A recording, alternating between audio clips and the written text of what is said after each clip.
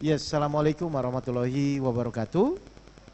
Baik, Bapak Ibu, tadi saya sudah jelaskan di diagram masalah hidup ya, bahwa syaratnya Allah menolong permasalahan kehidupan kita ya. Kita buka lagi diagram masalah hidup yang dibagikan tadi, yaitu ada 3 syarat, yaitu apa? Di surat Al-Baqarah 153, yaitu dengan iman yang benar, sabar yang benar, dan sholat yang benar. Meskipun tadi saya singkat menjelaskan iman, sabar, sholat, tapi saya harapkan Bapak Ibu dasarnya mengerti dulu ya. Jadi kan tadi saya jelas, poin iman adalah ketika logika kita sudah mentok, maka gunakanlah yang namanya iman. Mungkin secara logika tidak mungkin, tapi kalau kita yakin Allah menolong, insya Allah tidak ada sesuatu yang tidak mungkin. Itu yang pertama. Lalu sabar, apa sih poin utama sabar? Sabar itu adalah merubah pola berpikir yang tadinya kita melihat kejadian, melihat orang, menjadi melihat izin Allah. Apa dasarnya kita harus melihat izin Allah? Dasarnya adalah supaya apa? Supaya kita bisa mudah menerima.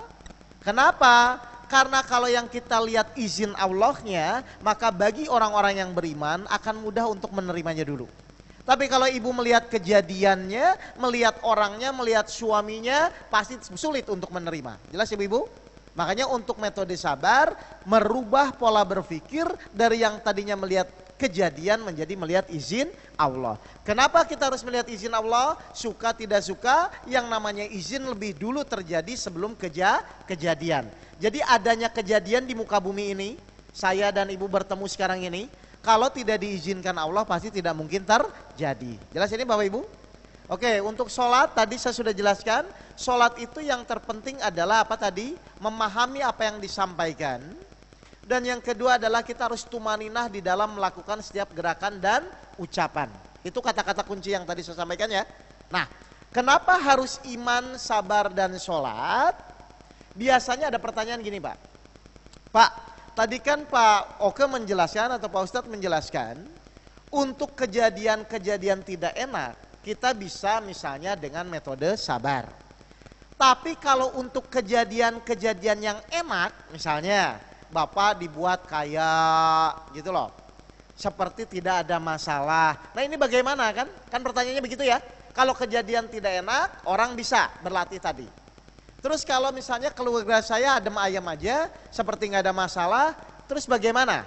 Baik, bagaimana caranya menghandle itu kalau misalnya ada kejadian begitu? Buka surat 29 ayat 45, surat Al-Ankabut. Silakan. Kalau kejadian enak kan orang bisa nih, dengan latihan sabar, dengan hal-hal itu bisa menerima. Tapi bagaimana kalau kejadian enak? Saya nggak ada masalah sih Pak, gitu loh. Surat 20. Surat 29 ayat 45 Al-Ankabut. Surat Al-Ankabut ayat 45.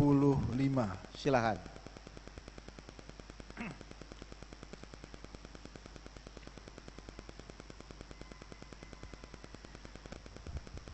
Bacalah kitab Al-Quran yang telah diwahyukan kepadamu Muhammad, dan laksanakanlah sholat. Sesungguhnya sholat itu mencegah dari perbuatan keji dan mungkar. Dan ketahuilah, mengingat Allah atau sholat itu lebih besar keutamaannya dari ibadah yang lain. Allah mengetahui apa yang kamu kerjakan. Baik, jadi di sini ada 2 poin yang saya ambil ya. 1, sholat itu mencegah perbuatan keji dan mungkar. Yang kedua, sholat itu lebih utama dibanding ibadah-ibadah yang lainnya. Oke, sekarang pertanyaan saya. Yang namanya mencegah itu sebelum atau sesudah? Sebelum. Sekarang kalau Bapak Ibu sholatnya baik, meskipun misalnya Bapak Ibu diuji dengan sesuatu nikmat, kaya, banyak uang, terkenal, tapi Bapak Ibu sholatnya baik, kira-kira ketika terjerumus akan dicegah nggak oleh Allah? Karena rumusnya seperti itu Pak. Makanya di ayat Al-Baqarah ini komplit sebenarnya. Untuk kejadian tidak enak Bapak Ibu anggap menjadi sarana sabar. Untuk kejadian enak Bapak Ibu perbaiki di sholatnya. Paham ya Bapak Ibu? Karena sholat itu adalah mencegah perbuatan keji dan mungkar. Dan yang kedua, sholat itu lebih utama dibanding ibadah-ibadah yang lainnya. Jadi hati-hati ya, ini kebanyakan, bukan saya menyalahkan, bukan. Agak kurang proporsional. Sholatnya cepat, doanya lama biasanya. Jangan begitu ya. Artinya sekarang kan ibu tahu, bapak juga sudah tahu bahwa doa yang mustajab itu terjadi ketika kita di dalam sholat. Makanya tolong sekarang bukan melama-lamakan ya, mulai memperbaiki kualitas sholat kita.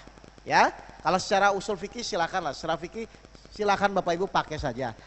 Saya berpesan mulailah tingkatkan kualitas sholat. Karena suka tidak suka, mati itu tidak ditanya masalah dulu, tidak ditanya keluarga, tidak ditanya perusahaan. Mati yang pertama ditanya sholat. Jelas ya Bapak Ibu ya? Jadi mari kita perbaiki itu. Paham? Baik.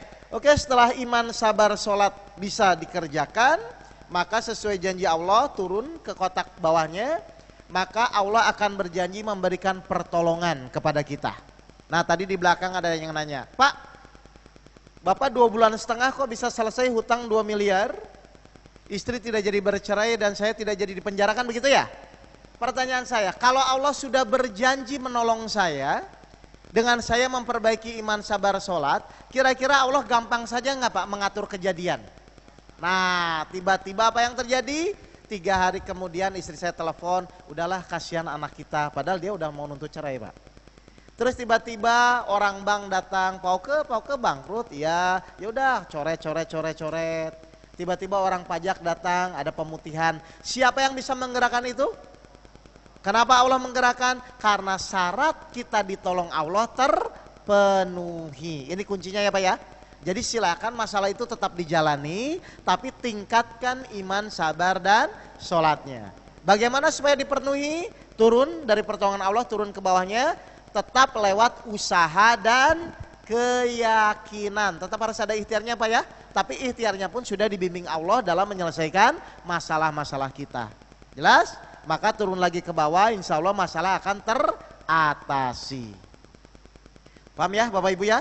Jadi mari kita mulai belajar fokus terhadap apa yang Allah janjikan. Ya. Kadang-kadang kalau umum, Bapak Ibu kalau punya masalah bagaimana? Ya pokoknya berdoa, ya berserah diri. Loh itu betul, cuman kalau Bapak Ibu tidak jelas syaratnya, kan tetap bingung kan? Makanya di Al-Baqarah 153 ini jelas sekali Pak. Kalau ingin ditolong Allah, iman yang benar, sabar yang benar, sholat yang benar. Ini kan jelas. Hai orang-orang yang beriman, jadikanlah sabar dan sholat sebagai penolongmu. Ini kan jelas kan? Makanya Bapak Ibu harus kuasai 3 metode ini. Bagaimana cara menguasainya? Latihan. Yang tadi sesuai saya sampaikan ya. Karena ilmu itu dibuat, diterangkan untuk dipraktekkan. Jelas ini? Ngaji itu kita ngaji untuk dilaksanakan. Hati-hati ya. Karena saya yakin Bapak Ibu di sini ilmunya sudah banyak. Tinggal prakteknya. Jelas ya? Paham? Baik, kalau sudah paham, kita masuk metode yang keempat. Yaitu metode ikhlas. Baik ya.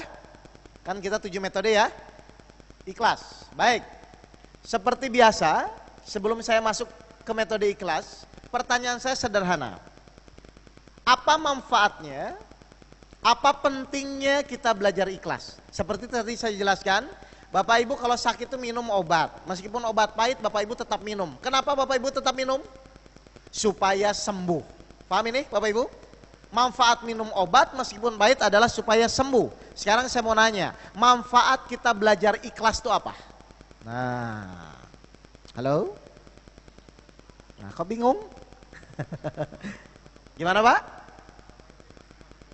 Itu kan manfaat sabar. Nah sekarang ikhlas Pak. Manfaat kita belajar ikhlas itu apa manfaatnya? Hah? Nah saya ulang ya. Jadi jadi gini Pak, metode yang saya sampaikan itu pasti saya akan fahamkan dulu Bapak Ibu manfaatnya dulu.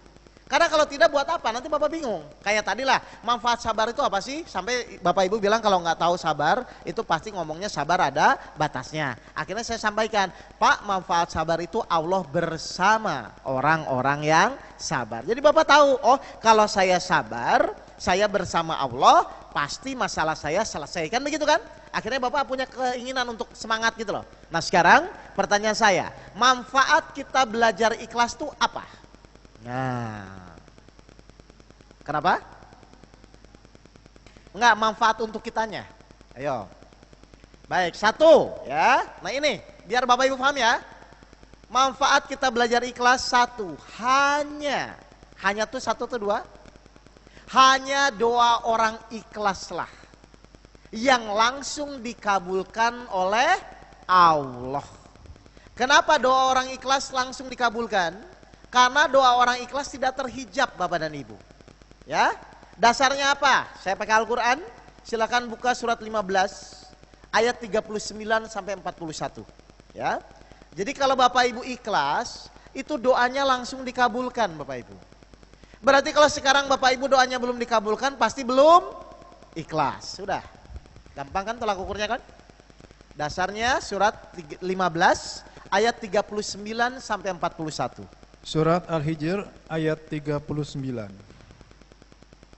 Ia, iblis berkata, Tuhanku, oleh karena engkau telah memutuskan bahwa aku sesat, aku pasti akan jadikan kejahatan terasa indah bagi mereka di bumi, dan aku akan menyesatkan mereka semuanya, kecuali hamba-hambamu yang mukhlisin di antara mereka. Betul ya Pak?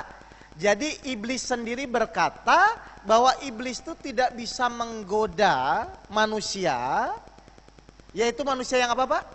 Mukhlis atau ikhlas. Mukhlis itu bersikap ikhlas. Jelas ya Bapak-bapak semua?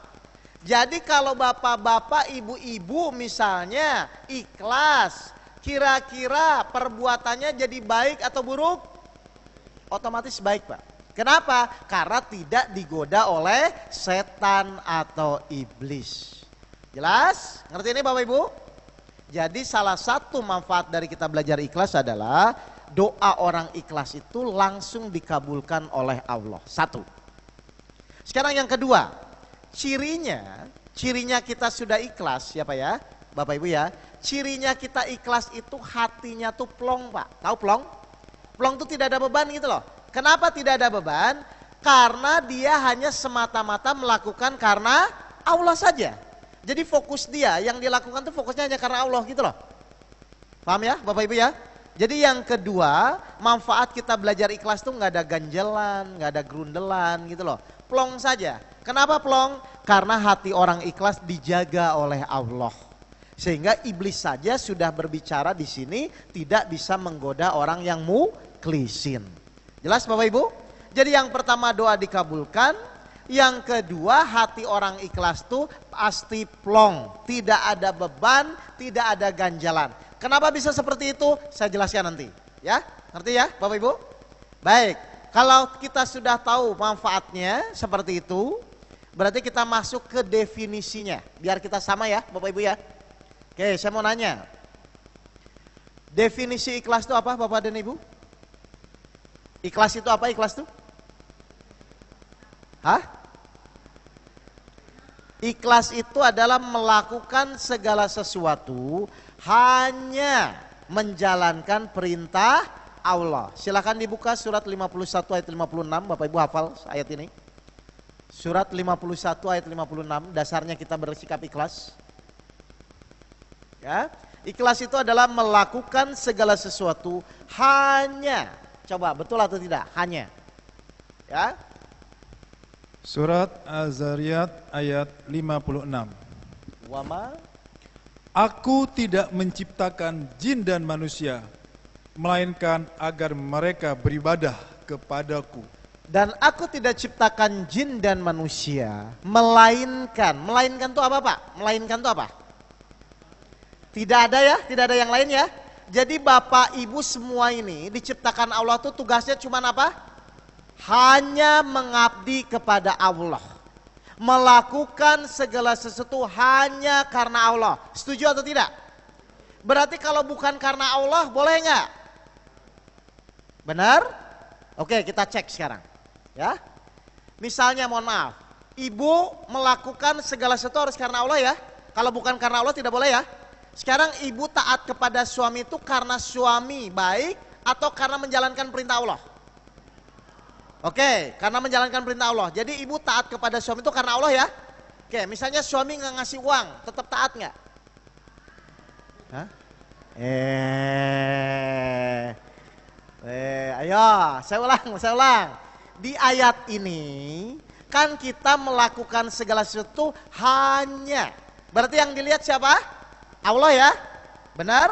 Berarti Allah memerintahkan ibu untuk taat kepada suami. Setuju nggak ini? Berarti mau suami ngasih uang, mau tidak ngasih uang pun harusnya taat atau tidak? Benar? Kok udah mulai ragu lagi nih ngomongnya? Yang benar harusnya tetap taat atau tidak? Harusnya taat. Karena yang ibu-ibu lihat bukan suaminya. Bukan sikapnya. Tapi ibu tetap taat karena hanya menjalankan perintah Allah. Barulah di situ ibu sebagai makhluk yang benar, sebagai hamba Allah. Pertanyaan saya, ibu sudah begitu atau belum? Sudah? Halo? Nah, ayo ya, perbaiki ya. Jadi sekarang tugas ibu adalah mulai berlatih. Tadi saya sudah bilang, kenapa sabar itu sulit? Pertama, tidak pernah diajarkan caranya. Kenapa ikhlas itu sulit? Sama, karena tidak pernah diajarkan caranya. Kalau dalil hadisnya banyak, Bapak Ibu pasti tahu. Tapi ketika ditanya caranya, belum tentu. Makanya saya sekarang ajarkan cara supaya Bapak Ibu yang belum ikhlas menjadi ikhlas. Itu pentingnya Pak, Bu. Oke, jadi kalau kita memang konsekuen dengan ayat ini, harusnya melakukan segala sesuatu karena Allah atau karena orang lain? Baik, kita tes sekarang. Bapak di sini diamanati oleh semua masyarakat menjadi pengurus takmir masjid, betul? Bapak tuh berarti karena Allah atau karena orang lain? Tiba-tiba masyarakat ngomong, wah si Bapak itu nggak benar. Harusnya Bapak tersinggung atau tidak kalau karena Allah? Benar? Bapak sudah kerja di sini capek-capek, tiba-tiba tidak dihargai sama teman-teman yang lain, tersinggung atau tidak? Benar ya? Hati-hati ini. Makanya Allah mengizinkan kejadian-kejadian konflik dan lain-lain untuk menguji keikhlasan Bapak dan Ibu. Jelas Bapak Ibu? Jadi kita luruskan kembali niat kita ya. Sesuai surat 51 ayat 56, luruskan niat bahwa kita melakukan segala sesuatu hanya karena Allah. Kenapa harus karena Allah? Nah sekarang saya jelaskan metodenya ya, biar Bapak Ibu makin paham. Kenapa kok kita disuruh tidak ada yang lain harus karena Allah? Ini ceritanya. Baik, kita masuk metodenya. Setuju atau tidak? Bahwa dunia dan isinya milik Allah. Setuju atau tidak? Ada yang bantah? Nggak ada ya? Jadi saya yakin semua yang hadir di sini mengakui bahwa dunia dan isinya hanya milik Allah. Termasuk kita semua ya Pak ya? Baik, sekarang yang kedua. Betul atau tidak? Ternyata kita ada pun karena keinginan Allah. Betul atau tidak? Oke, saya pakai ayatnya ya. Buka surat 2 ayat 30. Jadi semua ada Pak. Silakan. Buka surat 2 ayat 30. Dunia dan isinya milik Allah, dan betul nggak kita tuh ada karena keinginan Allah? Silakan. Al-Baqarah ayat 30. Dan ingatlah ketika Tuhanmu berfirman kepada para malaikat, Aku hendak menjadikan khalifah di bumi. Lihat ya, jadi Allah yang menginginkan kita hidup di muka bumi. Betul nggak ini? Kalau kita yang menginginkan, kita bisa milih Pak, perempuan atau laki kan gitu ya. Kenyataannya nggak bisa kan? Jadi kita rangkai ya statement ini. 1, dunia dan isinya milik Allah. Ternyata kita ada pun karena keinginan Allah. Pertanyaan saya, berarti wajar atau tidak? Kalau kita melakukan segala sesuatu karena Allah itu wajar atau tidak? Yang namanya wajar tuh perlu dibantah nggak Pak?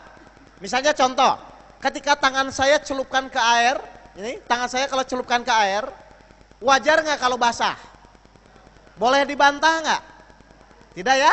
Sekarang, dunia dan isinya milik Allah. Kita ada pun karena keinginan Allah. Berarti wajar atau tidak kalau kita melakukan segala sesuatu karena Allah itu wajar atau tidak? Berarti kalau Bapak Ibu tidak karena Allah, berarti Bapak Ibu kurang. Nah. Ayo, saya mau nanya. Bapak Ibu selama ini tuh wajar atau kurang ajar? Oh, tengah-tengah. Ya, jadi yang namanya ikhlas itu adalah sesuatu yang wajib dan wajar. Bukan sesuatu yang luar biasa. Malah kalau Bapak Ibu tidak ikhlas, Bapak Ibu kurang ajar. Tapi kan Pak, nah itu. Jelas Bapak Ibu? Jadi ternyata ikhlas itu memang harus Pak. Kalau Bapak tidak ikhlas, Bapak Ibu malah kurang ajar. Paham ini Bapak Ibu? Ya? Ngerti ini? Dunia dan isinya milik Allah, ternyata kita pun ada karena keinginan Allah. Jadi sangat wajar kalau kita melakukan segala sesuatu hanya menjalankan perintah Allah. Kurang ajar kalau Bapak Ibu tidak menjalankan karena Allah. Hati-hati di sini. Ya, Bapak Ibu? Baik, karena Bapak Ibu baru paham konsepnya, berarti saya akan bimbing bagaimana cara latihannya, ya. Karena ini harus dilatih apa ya? Supaya Bapak Ibu mudah berlatih ikhlas. Gini, kan tadi tolak ukur ikhlas itu plong ya Pak ya? Saya mau nanya sekarang. Kalau Bapak Ibu misalnya sedekah ke pengemis atau Pak Ogah yang muter-muter itu, sedekah 100.000 plong nggak? Oke, yaudah jangan. Nggak apa-apa, kan ini mau latihan.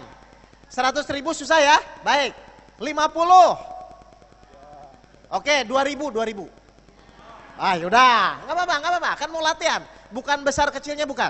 Saya maksudnya ingin supaya Bapak Ibu mulai latihan ya, setiap hari dalam kegiatan sehari-hari ya. Oke 2.000 ya, 2.000 setuju? Berarti nanti uang 100.000 itu pecah jadi 2.000-an.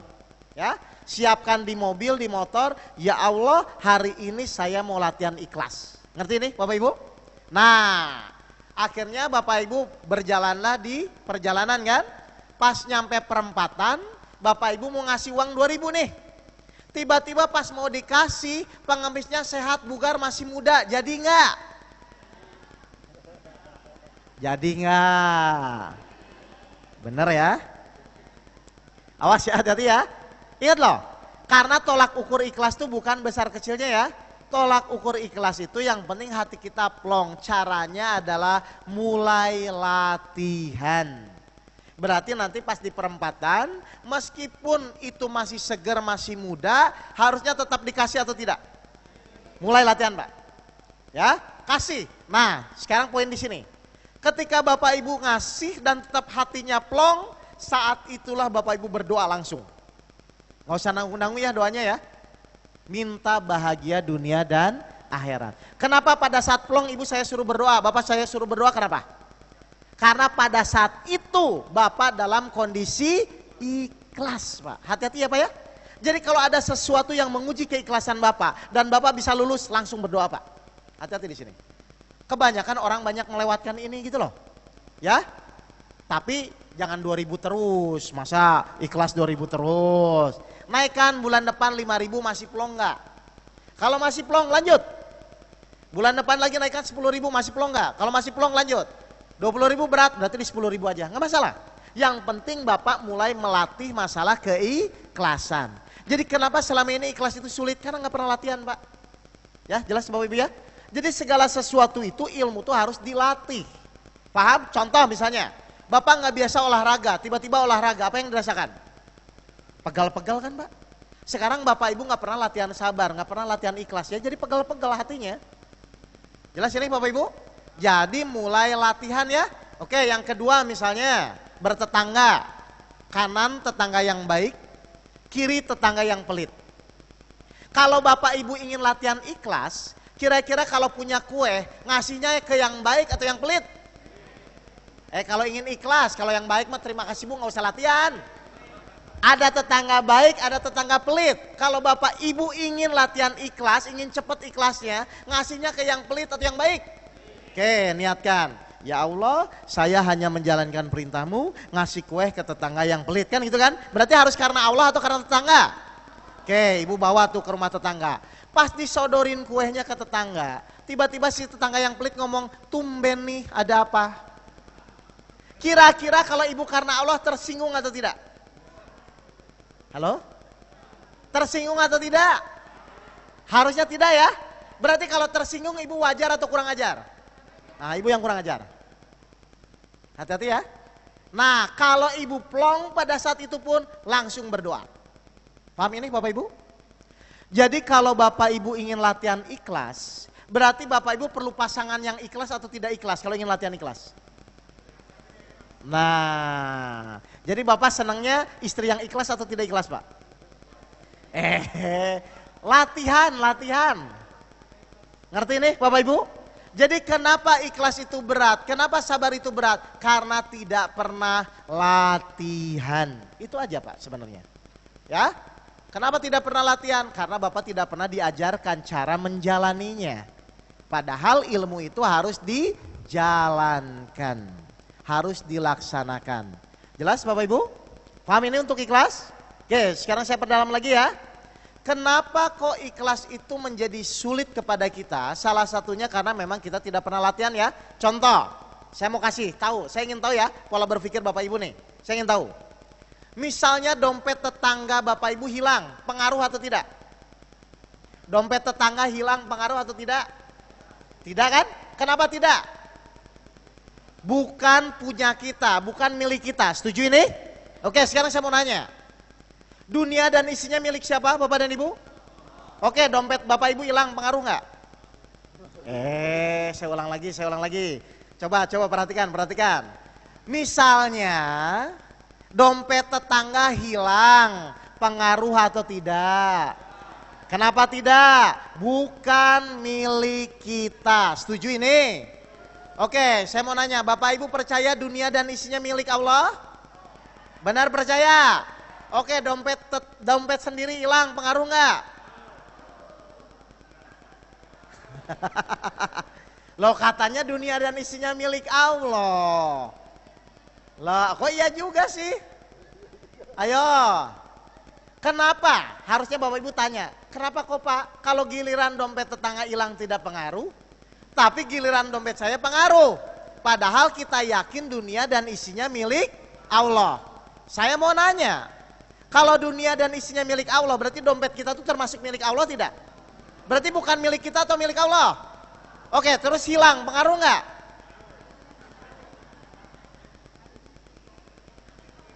Lah, harusnya sekarang ibu tanya, Pak bagaimana caranya supaya saya tidak terpengaruhkan itu kan? Ada dalam Al-Quran, silahkan buka surat 3 ayat 92. Ya. Silakan buka surat 3 ayat 92. Ada semua Pak. Ini giliran tetangga bukan milik kita. Surat Ali Imran ayat 92. Perhatikan ayatnya ya. Kamu tidak akan memperoleh kebajikan yang sempurna sebelum kamu menginfakkan sebagian harta yang kamu cintai. Nah, saya kasih tahu ya Pak. Di sini ada statement dari Allah, kamu tidak akan mendapatkan kebajikan yang sempurna sebelum engkau menginfakkan segala sesuatu yang engkau cintai. Kenapa kok kata-katanya mencintai Pak? Karena mencintai itu identik dengan rasa memiliki. Ini yang membuat Bapak Ibu jadi sulit. Ngerti ini? Makanya rasa memiliki ini harus dirubah menjadi rasa titipan. Bagaimana caranya? Oke, kita praktekkan caranya ya. Mohon maaf. Bapak punya jam tangan yang bagus nggak Pak? Mau nggak kasih ke temennya? Coba, ibu punya kerudung yang bagus? Yang dicintai? Mau nggak kasih ke teman sebelahnya? Ayo, mau? Lah inilah Pak, ketika kita mulai merasa memiliki, ketika kita mulai merasa mencintai suatu barang, itu akan sulit. Dan Bapak jangan heran nanti Bapak Ibu akan diuji di situ. Misalnya Bapak Ibu begitu mencintai anak, hati-hati. Allah pasti uji dari situ. Ibu terlalu mencintai suami, hati-hati. Allah pasti diuji di situ. Karena ternyata rasa mencintai ini identik dengan rasa memiliki. Padahal kita tahu semua itu titipan dari Allah. Pak, terus kalau saya mencintai suami saya bagaimana menginfakannya? Ayo, bagaimana? Ayo, kan ingat ya, hati-hati terhadap rasa mencintai. Karena rasa mencintai itu identik akan menjadi rasa memiliki. Kalau Bapak Ibu sudah rasa memiliki, sulit merubah rasa memiliki menjadi titipan, sulit Pak. Makanya Allah melatih kita, ayolah kita sedekahkan sesuatu yang engkau cintai. Makanya kalau di flyer-flyer itu kan siapkan infak terbaik ya. Itu tuh maksudnya bukan slogan, itu tuh harus dilakukan. Jadi kalau Bapak menyedekahkan sesuatu tapi Bapak masih cintai, nggak akan kena Pak. Kalau Bapak baksos masih ngumpulin baju bekas, susah. Baju yang Bapak boleh beri itu, yang mahal, dari anak Bapak di luar negeri kasih, berani nggak? Halo? Itu baru kita akan mulai belajar, baru kita akan berubah hati kita yang tadinya memiliki menjadi dari mencintai menjadi titipan. Sekarang pertanyaan saya, kalau ibu begitu terlalu mencintai suami, gimana caranya supaya tidak merasa memiliki? Bukan yang lain loh, bukan yang lain, bukan berbagi loh, bukan. Bukan, saya nggak ngajarin, bukan. Hah? Loh bukan, saya nggak kesana larinya. Nih saya kasih tahu. Makanya tadi saya bilang luruskan niat. Cintailah karena hanya menjalankan perintah Allah. Kalau ibu meluruskan, ya Allah saya mencintai anak saya mencintai suami saya, hanya menjalankan perintahmu ya Allah, pokoknya saya akan taat. Begitu maksudnya. Bukan artinya berbagi, enggak, saya nggak ngajarin. Ya. Kenapa harus begitu? Supaya rasa memilikinya jangan terlalu Kalau ibu terlalu rasa memiliki, wassalam. Ibu akan susah, Bapak akan susah. Makanya meskipun mulut mengucapkan innalillahi, tetap saja hik kan tetap nangis gitu. Ya kan? Jadi kalau Bapak Ibu ingin merubah rasa memiliki menjadi rasa titipan, mulailah latihan sesuatu yang Bapak Ibu cintai. Bagaimana prakteknya biar real? Gampang, gini aja. Bapak 100.000 sama 2.000 mencintai mana? Nah 100.000 ya, tolonglah sebulan sekali kalau parkir kasih 100.000 biar tukang parkirnya kaget gitu loh. Lah 100.000 kan nggak akan bangkrut kan Pak, sebulan sekali kan Pak. Latihan Pak, akhirnya nanti Bapak akan ada rasa mau 100.000, mau 200.000, mau 2.000 sama saja nanti. Ya, jelas Bapak Ibu ya? Latihan, segala sesuatu itu dimulai dengan berlatih, tidak ada yang instan, tidak bisa Pak. Ngerti ini? Jadi kenapa sabar sulit, kenapa ikhlas sulit, kenapa sholat khusus sulit? Karena Bapak Ibu tidak pernah latihan. Yang lucunya adalah Bapak Ibu tidak pernah latihan sudah ngomong sulit gitu loh. Ayo benar nggak? Saya kan tadi nanya, Pak sabar itu sulit atau mudah? Sulit, padahal latihan dari kecil sampai besar pun belum pernah latihan kan? Udah bilang sulit, latihan dulu. Setelah latihan nanti evaluasi lagi, Pak kemarin sulitnya di sini kan gitu harusnya. Ngerti nih Bapak Ibu? Jadi luruskan niat, ternyata kalau kita memang ingin di jalan yang benar, kalau kita ingin hati kita plong, kalau ingin doa kita mudah dikabulkan, suka tidak suka, Bapak Ibu harus ikhlas. Dasar ayat yang menguatkan apa? Silakan buka surat 4 ayat 125 tentang ikhlas. Lalu surat 98 ayat 5. Surat 4 ayat 125. Ibu perhatikan statement ayatnya. Surat An-Nisa ayat 125. Dan siapakah yang lebih baik agamanya? Lihat, siapakah yang lebih baik agamanya? Terus? Daripada orang yang dengan ikhlas berserah diri kepada Allah. Jelas Ibu-ibu? Jadi yang paling baik itu yang ilmunya tinggi atau yang ikhlas? Yang ikhlas Pak, hati-hati Pak. Jadi setinggi apapun ilmu Bapak Ibu, kalau tidak ikhlas, nol. Hati-hati di sini. Ya. Jadi Ibu ikhlas? Ikhlas apa?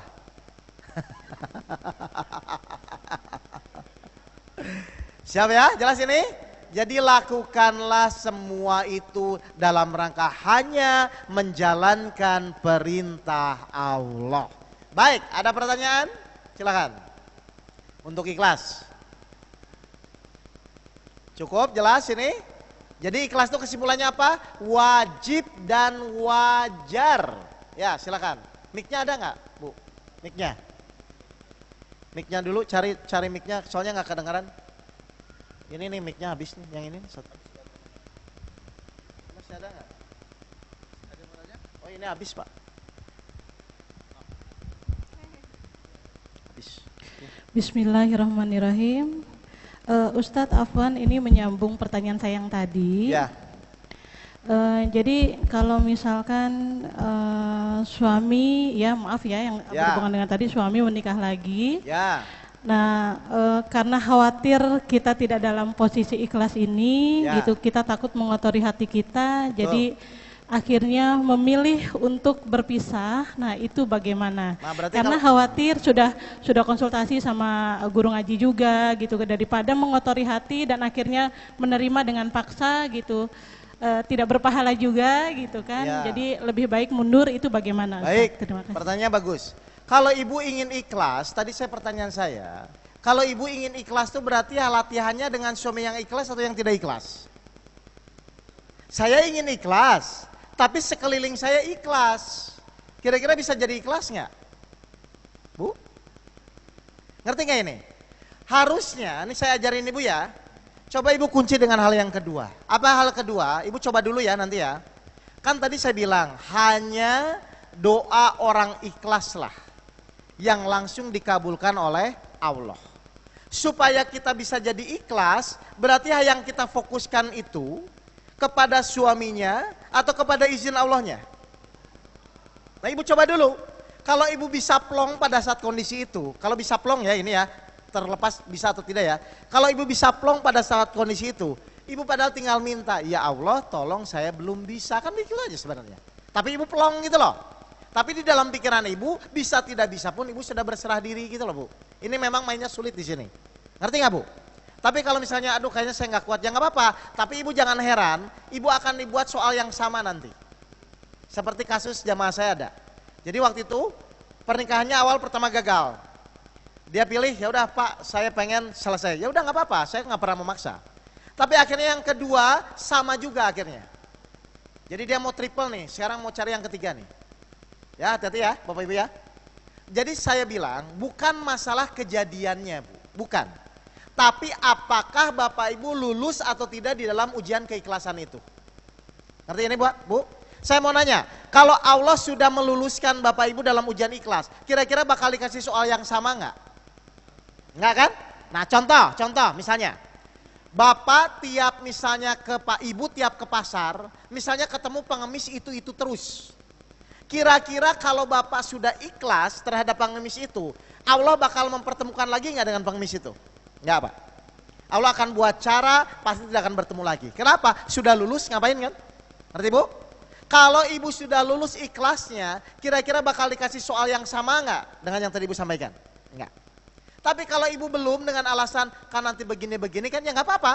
Cuman jangan kaget nanti kalau ibu akan mengalami kasus yang sama. Saya bukan akan tokitin ya, tapi ini pengalaman yang terjadi dengan jamaah-jamaah saya soalnya. Ya. Bertahan boleh, tidak bertahan tidak apa-apa. Tapi secara ujian ibu belum lulus. Yang namanya ujian belum lulus tuh kira-kira langsung naik kelas atau di remedial? Nah di remed ya. Jadi kalau masalah ibu, masalah bapak, istri lagi, berarti bapak remedial terus. Hati-hati ya Bu ya. Jadi bukan masalahnya sebenarnya. Yang terpenting itu kita lulus ujiannya atau tidak gitu loh. Sedangkan untuk lulus ujian kita harus mengikuti keinginan Allah. Keinginan Allah itu ya apa? Biasanya Allah tuh ingin kita sabar dan Allah kita ingin bisa menerima. Kan gitu kan? Oke gini aja. Kan dari tadi saya nyuruh sabar ya Bapak Ibu ya? Benar nggak? Bapak Ibu saya kasih tahu mau nggak ibu bapak ketika saya akan kasih tahu sabar, benar-benar harusnya bapak ibu benar-benar pasti ingin. Ya, ayatnya ada. Perhatikan ya. Kan tadi saya bapak ibu terus saya suruh sabar, suruh menerima ya. Padahal kan nggak enak ya. Oke, gini. Silakan buka surat 13 ayat 22 sampai 23. Nih, untuk orang-orang yang sabar. Hanya untuk orang-orang yang sabar. Silakan. Surat 13 Surat Ar-Ra'd 22 22 sampai 23. sampai dengan 23. Silakan.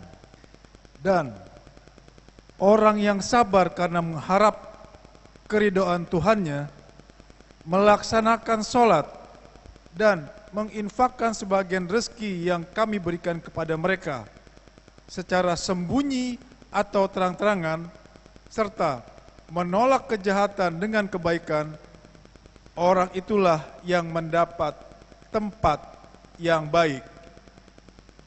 Terus 23-nya, ini perhatikan 23-nya Pak, silakan 23-nya. Ar-Ra'd ayat 23, yaitu surga-surga Aden, mereka masuk ke dalamnya bersama dengan orang yang saleh dari nenek moyangnya, pasangan-pasangannya, dan anak cucunya. Sedang para malaikat masuk ke tempat-tempat mereka dari semua pintu. Lihat Bu, khusus untuk orang-orang yang sabar. Allah memberikan silahkan gandeng anak, istri, cucu, keturunan, bapak semua. Dan semua pintu surga terbuka khusus untuk orang-orang yang sabar. Saya mau nanya, alasan apa lagi bapak ibu kalau tidak ingin bersabar? Alasan apa lagi? Allah memberikan kesempatan silahkan gandeng anak istri, keturunan, orang tua, anak-anaknya, dan semua pintu surga terbuka, silahkan memilih dari pintu manapun. Khusus untuk orang-orang yang sabar. Jadi pertanyaan saya, ibu masih nggak mau bersabar? Pak? Kalau bapak ingin bersabar berarti butuh istri yang baik atau yang cerewet? Bersyukur nggak? Coba bayangkan, tidak ada amalan yang sampai Allah janjikan silahkan bawa anak-anak kalian, silahkan bawa keturunan kalian, dan semua pintu surga terbuka untuk orang-orang yang sabar. Ayo, bagaimana coba Pak? Bapak ibu ibadah habis-habisan pun belum tentu Pak. Ini khusus untuk orang-orang yang sabar, silahkan bawa semua anak keturunannya dan semua pintu surga terbuka untuk orang-orang yang sabar. Silahkan masuk dari pintu manapun. Jadi kalau bapak ibu masih kurang ingin, belum sabar, kayaknya keterlaluan ini. Sedangkan untuk sabar itu kita perlu teman yang baik atau yang menjengkelkan. Nah, jadi bapak senangnya dikelilingi yang baik atau yang menjengkelkan Pak?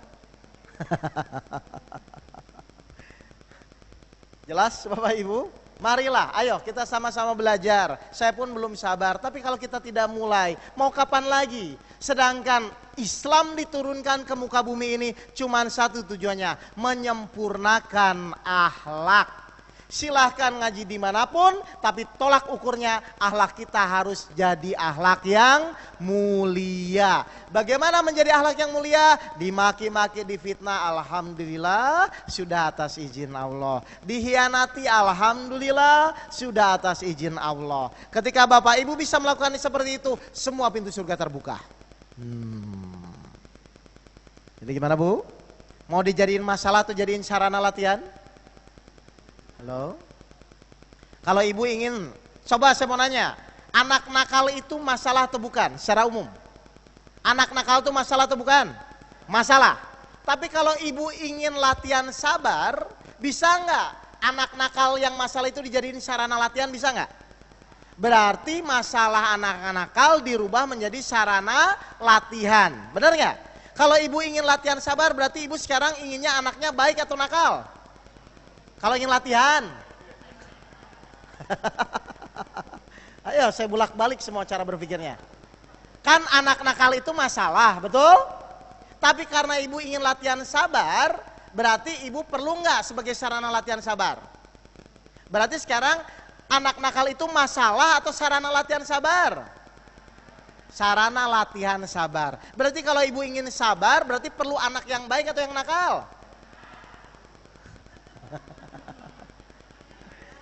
Kalau ibu sudah sabar, maka anaknya berubah, pasti dirubah Allah, pasti jadi baik lagi. Tapi selama ibu belum sabar, selama bapak ibu anggap itu masalah, nggak akan berubah-berubah. Jelas bapak dan ibu? Makanya kesabar itu adalah mampu menerima kejadian tidak enak, hanya ikhlas karena Allah. Ikhlas itu karena melihat izin Allahnya. Jelas? Baik, ada pertanyaan lagi? Sebelum saya masuk metode tawakal? Oh silahkan Bu. Bu, mohon maaf Bu, mic-nya. Ke ibu yang paling ujung. Ya.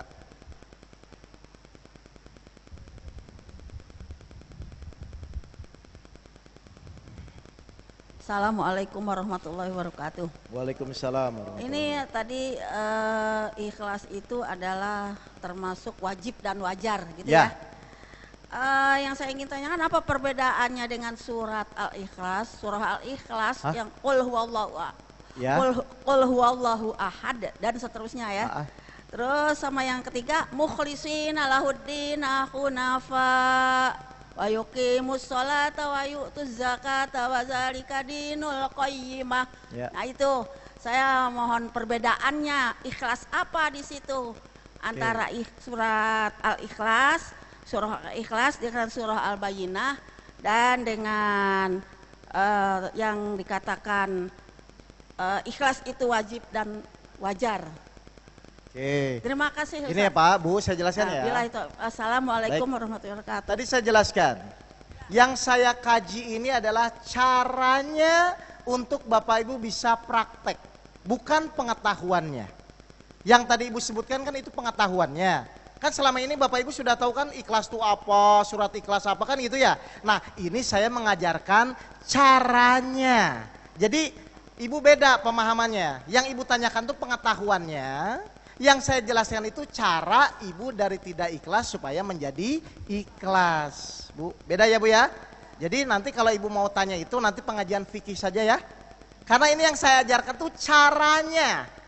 Kan tadi saya tanya misalnya sabar. Sabar itu kan sabar dalam ketaatan, sabar itu kan ada. Tapi saya tidak membahas itu. Yang saya bahas adalah aplikasinya Bu ya. Mohon maaf ya. Jadi yang tadi Ibu tanyakan itu kan pengetahuannya. Kalau saya mengajarkan caranya. Jadi beda ya Bu ya.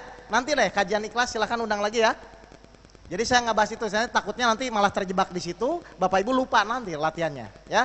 Pokoknya tadi saya jelaskan latihannya apa tadi? Pertama siapkan uang 100.000 dipecah jadi 2.000-an. Yang kedua sebulan sekali lah coba latihan kasih 100.000 biar tukang parkir depan kaget Pak. Ya kali-kali ya, dengarkan miskin kok orang bersedekah ya. Yang ketiga coba latihan, Ibu sekarang ngasihnya jangan ke tetangga yang baik aja ya. Tolong yang pelit dikasih Pak, biar dia juga kaget. Ngerti ini? Kalau bisa berteman dengan orang-orang yang tidak ikhlas. Semakin banyak orang menjengkelkan harusnya Bapak Ibu semakin senang. Karena Bapak Ibu bisa jadi sarana latihan ikhlas. Sini saya traktir kamu. Kenapa? Karena kamu menjengkelkan. Begitulah Pak. Jelas ya Bapak Ibu ya? Ya? Harus, kalau enggak nanti susah Pak. Nanti Bapak Ibu cuma hanya mendengungkan saja, hanya paham saja, itu tidak berpraktek repot nanti. Ya, latihan seperti itu ya Bapak Ibu ya. Baik, karena waktunya semakin mepet, sejam lagi, biar metodenya masuk ya. Oke, selesai dulu ya Bapak Ibu ikhlas ya. Baik, kita akan masuk metode tawakal. Siap, biasanya dari sabar, saya mengajarkan memang harus bertawakal ya. Oke, sudah ikhlas ya. Baik. Sekarang pertanyaan saya, kita masuk ke tawakal. Kan setiap hari kadang-kadang ketika Ibu menjalani hidup, kadang-kadang ada rasa khawatir, betul nggak Pak? Ada kadang-kadang kekhawatiran, nanti anak saya bagaimana, nanti suami saya kan begitu ya Bapak Ibu. Jadi realitanya orang dalam menjalani hidup tuh kadang-kadang ada rasa khawatir, kadang-kadang tenang. Benar nggak ini? Pertanyaan saya. Yang namanya manusia khawatir tuh wajar atau tidak? Secara umum, Ibu bilang wajar ya, nggak apa-apa ya. Karena sekarang Bapak Ibu baru ketemu saya ya. Jadi saya bilang oke, saya hargai itu dan kita sepakat dulu manusia khawatir itu wajar. Sekarang pertanyaan kedua. Bapak Ibu tuh ingin hidup dalam kondisi khawatir atau tidak khawatir sih sebenarnya? Benar? Jadi inginnya hidup khawatir atau tidak khawatir? Baik. Kalau memang Bapak Ibu sepakat ingin hidup tidak khawatir, berarti mau nggak saya ajarkan supaya Bapak Ibu tidak khawatir? Berarti nanti kalau khawatir lagi wajar nggak? Nah, awas. Sekarang saya mau rubah soalnya. Kan kalau tadi nggak apa-apa karena saya belum ajarin ya. Oke, manusia itu hidup khawatir biarin wajar. Nah sekarang saya mau ngajarin Bapak Ibu, biar hidup Bapak Ibu tuh tidak khawatir. Siap? Oke, sekarang saya mulai. Pertanyaan saya sederhana, kenapa selama ini orang itu khawatir? Kenapa? Kok bingung?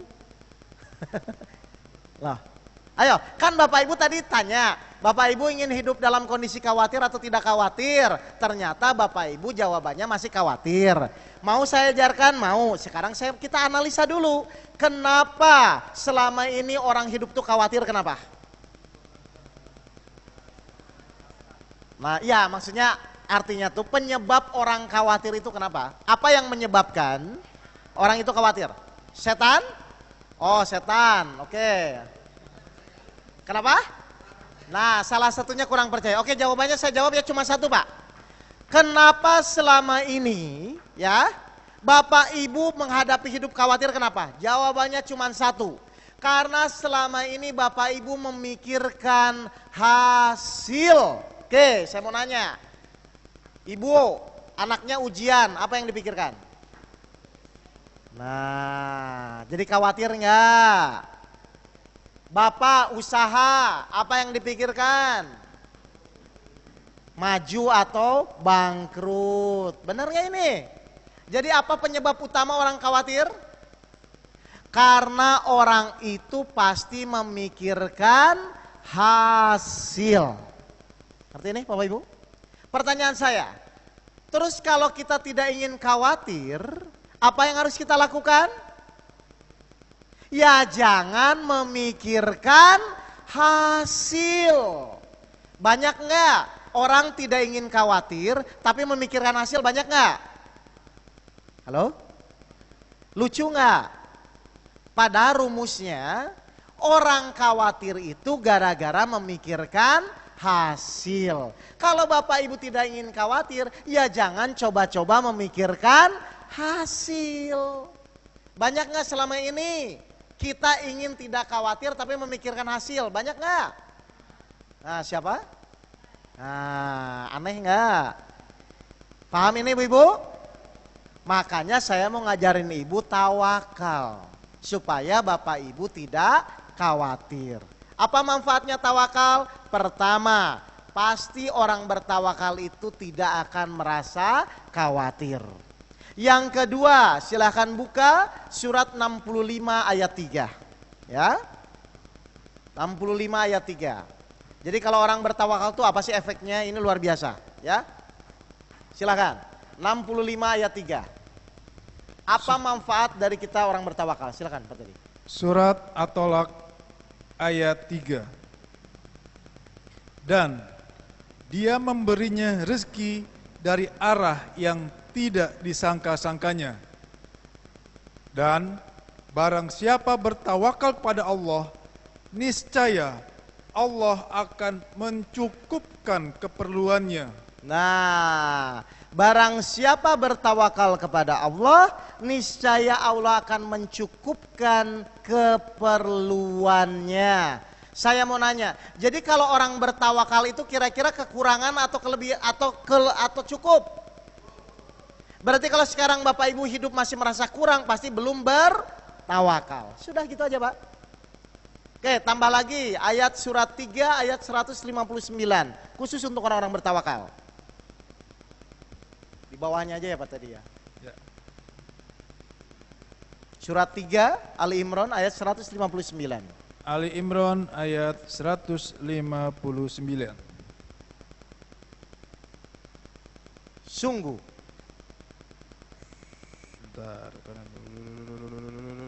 Sungguh Allah mencintai. Sungguh Allah mencintai orang yang bertawakal. Nah, Jadi mari kita kupas ya. Jadi yang pertama orang tawakal itu tidak khawatir, yang kedua akan dicintai Allah, yang ketiga akan dicukupkan keperluannya.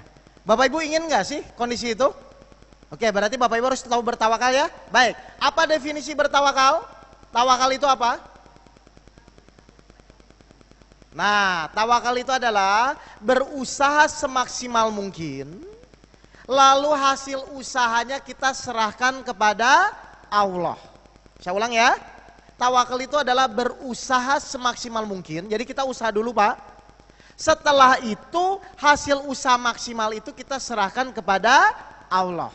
Jelas Bapak Ibu? Jadi bukan pasrah dulu ya. Usaha dulu, setelah itu baru kita pasrahkan. Kenapa harus kita pasrahkan? Kenapa hasilnya harus kita pasrahkan kepada Allah? Karena hanya Allah yang menentukan hasil. Contoh, saya mau nanya, ada enggak manusia di muka bumi ini bisa menentukan hasil? Ada enggak Pak? Kalau ada orang kaya semua Pak, nggak ada yang miskin Pak. Kalau ada orang sehat semua, nggak ada yang sakit, benar nggak? Kenyataannya bisa nggak begitu? Lihat, jadi ternyata manusia tidak bisa menentukan hasil. Betul nggak? Allah yang hanya bisa memutuskan. Buka surat 28 ayat 88, ayat terakhir. Lihat ya Pak, perhatikan. Jadi manusia itu tidak bisa. Kalau perencanaan boleh, tapi kalau untuk menentukan hasil belum tentu Pak. Silakan. Surat Al-Qasas ayat 88. Dan jangan pula engkau sembah Tuhan yang lain selain Allah. Tidak ada Tuhan yang berhak disembah selain Dia.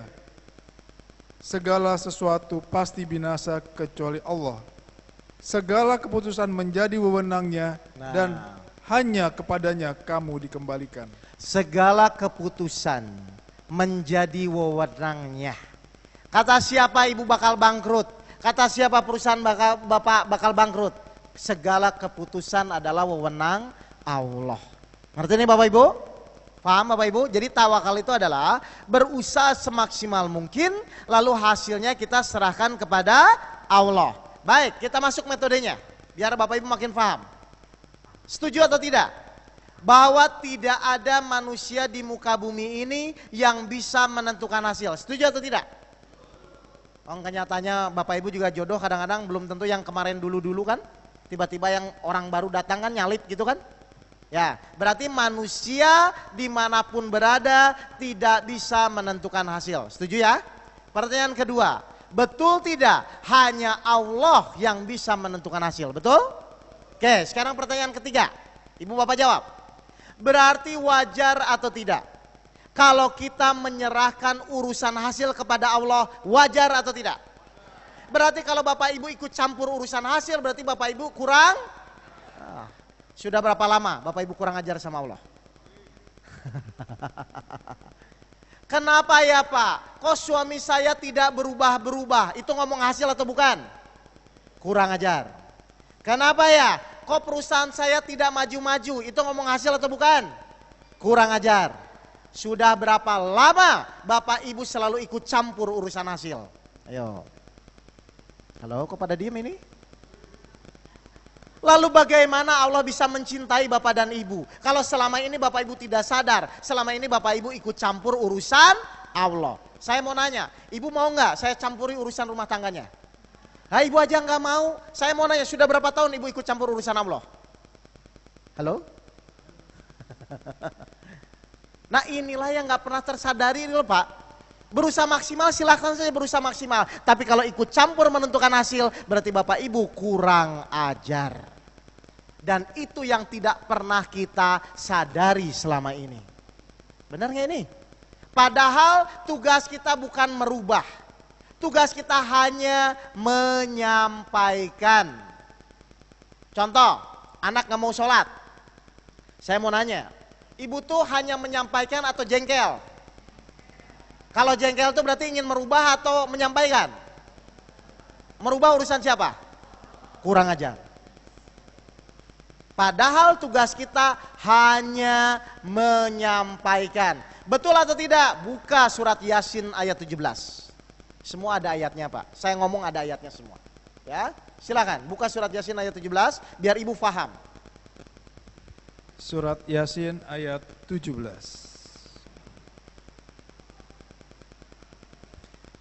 Dan kewajiban kami hanyalah menyampaikan perintah Allah dengan jelas. Hanyalah. Berarti boleh merubah? Enggak. Kenapa hanyalah? Nabi Nuh saja tidak bisa merubahkan anak-anaknya. Nabi Ibrahim saja tidak bisa merubah bapaknya. Nabi Muhammad saja tidak bisa merubah Abu Jahal. Benar nggak? Berarti tugas kita memang hanya menyampaikan. Urusan merubah, urusan Allah. Tapi kita diperintahkan ikhtiar semaksimal mungkin. Tapi kalau di sini hati kita kesel gara-gara tidak berubah, berarti ibu bapak sudah kurang ajar karena ikut campur urusan Allah. Makanya hadisnya jelas, hanya aku yang bisa membolak-balikan hati. Kalau bapak ibu ingin merubah, revisi dulu hadis itu. Ya, jelas bapak ibu? Jadi kalau menyampaikan tuh jengkel nggak sih pak? Misalnya ibu kesel, suami ibu ngerokok, mas tolong jangan ngerokok, kan gitu aja kan? Terus dia tetap ngerokok, ibu jengkel nggak? Kalau jengkel merubah atau menyampaikan? Awas. Ini yang kita kadang-kadang tidak sadari kehidupan sehari-hari pak. Padahal kita sangat banyak salah sama Allah dan kita tidak menyadari. Ternyata selama ini kita tidak bertawakal kepada Allah. Makanya akhirnya ketika ibu ikut campur urusan Allah, Allah memberikan rasa kekhawatiran kepada bapak dan ibu. Karena ternyata selama ini bapak ibu tidak sadar ikut campur urusan Allah. Ya silakan. Mic-nya mana mic-nya? Oke. Silakan. Nyalain dulu mic-nya. Di bawah. Bawahnya, Bu. Di bawah. Yang paling bawah Bawah. ditekan. Tekan yang lama. Sampai nyala lampu hijaunya. Ini nggak ada lagi mic-nya yang isi. Mic-nya nggak usah dimatiin biar aja hidup terus. Oh iya. Nah, ada. Assalamualaikum warahmatullahi wabarakatuh. Waalaikumsalam warahmatullahi wabarakatuh. Yang saya ingin tanyakan, indikator maksimal itu. Baik, Pak Ustaz. bagus pertanyaannya ya. Nih, saya jelaskan. Indikatornya kita maksimal itu bagaimana Pak? Kenyataannya orang macam-macam kan? Baik, sekarang saya tanya balik. Kenapa selama ini orang menyesal? Kan banyak ya, kita dalam menjalani hidup kadang-kadang menyesal ya. Kenapa selama ini orang menyesal? Karena tidak maksimal. Coba kalau dulu saya ngurus anak saya dari kecil, mungkin anak saya nanti jadi baik. Coba kalau dulu saya pilih ikut orang tua saya, pasti mungkin saya hidupnya baik. Jadi orang menyesal itu gara-gara apa? Tidak maksimal. Ngerti ini? Berarti kalau bapak ibu ingin tanya saya maksimal atau tidak, ya ibu menyesal atau tidak? Nih, ada ayatnya Pak. Buka surat 32 ayat 12. Banyak orang menyesal. Lihat ya, perhatikan ayatnya. Surat 32 ayat 12. Ciri-ciri orang tidak maksimal atau menyesal itu gini. Silakan Pak Teddy. Surat As-Sajdah ayat 12. Dan alangkah ngerinya jika sekiranya kamu melihat orang-orang yang berdosa itu menundukkan kepalanya di hadapan Tuhannya. Mereka berkata, ya Tuhan kami telah melihat dan mendengar. Maka kembalikanlah kami ke dunia. Nah, terus? Niscaya kami akan mengerjakan kebajikan. Sungguh kami adalah orang-orang yang yakin. Nah, saya mau nanya, ini yang ngomong orang hidup, orang mati? Nah, orang mati pengen apa? Pengen gerap, kenapa? Karena tidak maksimal. Terus kata Allah, telat, sudah mati. Saya takutnya nanti Bapak Ibu menyesal karena tidak sabar. Saya takutnya nanti Bapak Ibu menyesal karena tidak ikhlas. Saya takutnya nanti Bapak Ibu menyesal karena tidak tawakal. Hati-hati di sini. Tadi saya sudah bilang, sabar itu bisa semua pintu surga terbuka. Ikhlas itu bisa doanya dikabulkan. Saya takutnya nanti Bapak Ibu menyesal karena Bapak Ibu terjebak di kejadian, bukan di pelajarannya. Jadi ayolah Bapak Ibu, mumpung kita masih hidup, maksimalkan sabar kita, maksimalkan ikhlas kita. Jangan nanti seperti orang-orang ini menyesal.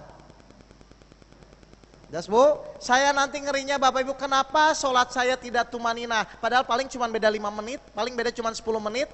Kenapa saya terburu-buru? Lagian saya mau nanya, Bapak Ibu sholat terburu-buru mau ngejar apa sih? Halo? Hah? Saya takutnya nanti Bapak Ibu termasuk orang-orang yang menyesal. Kenapa sholat saya tidak husu? Kan begitu harusnya. Kenapa saya tidak maksimalkan dalam sholat? Kenapa saya tidak sedekah dengan sesuatu yang saya cintai? Nanti semua akan menyesal dalam kondisi yang seperti ini. Ngerti Bapak Ibu? Makanya ayolah secepatnya, mumpung ada masalah, mumpung ada sarana latihan, pakai sebagai sarana latihan. Urusan jadi tidak jadi itu urusan Allah. Tugas kita adalah taat kepada Allah dengan sabar, tawakal, ikhlas, sholat khusyuk dan beriman.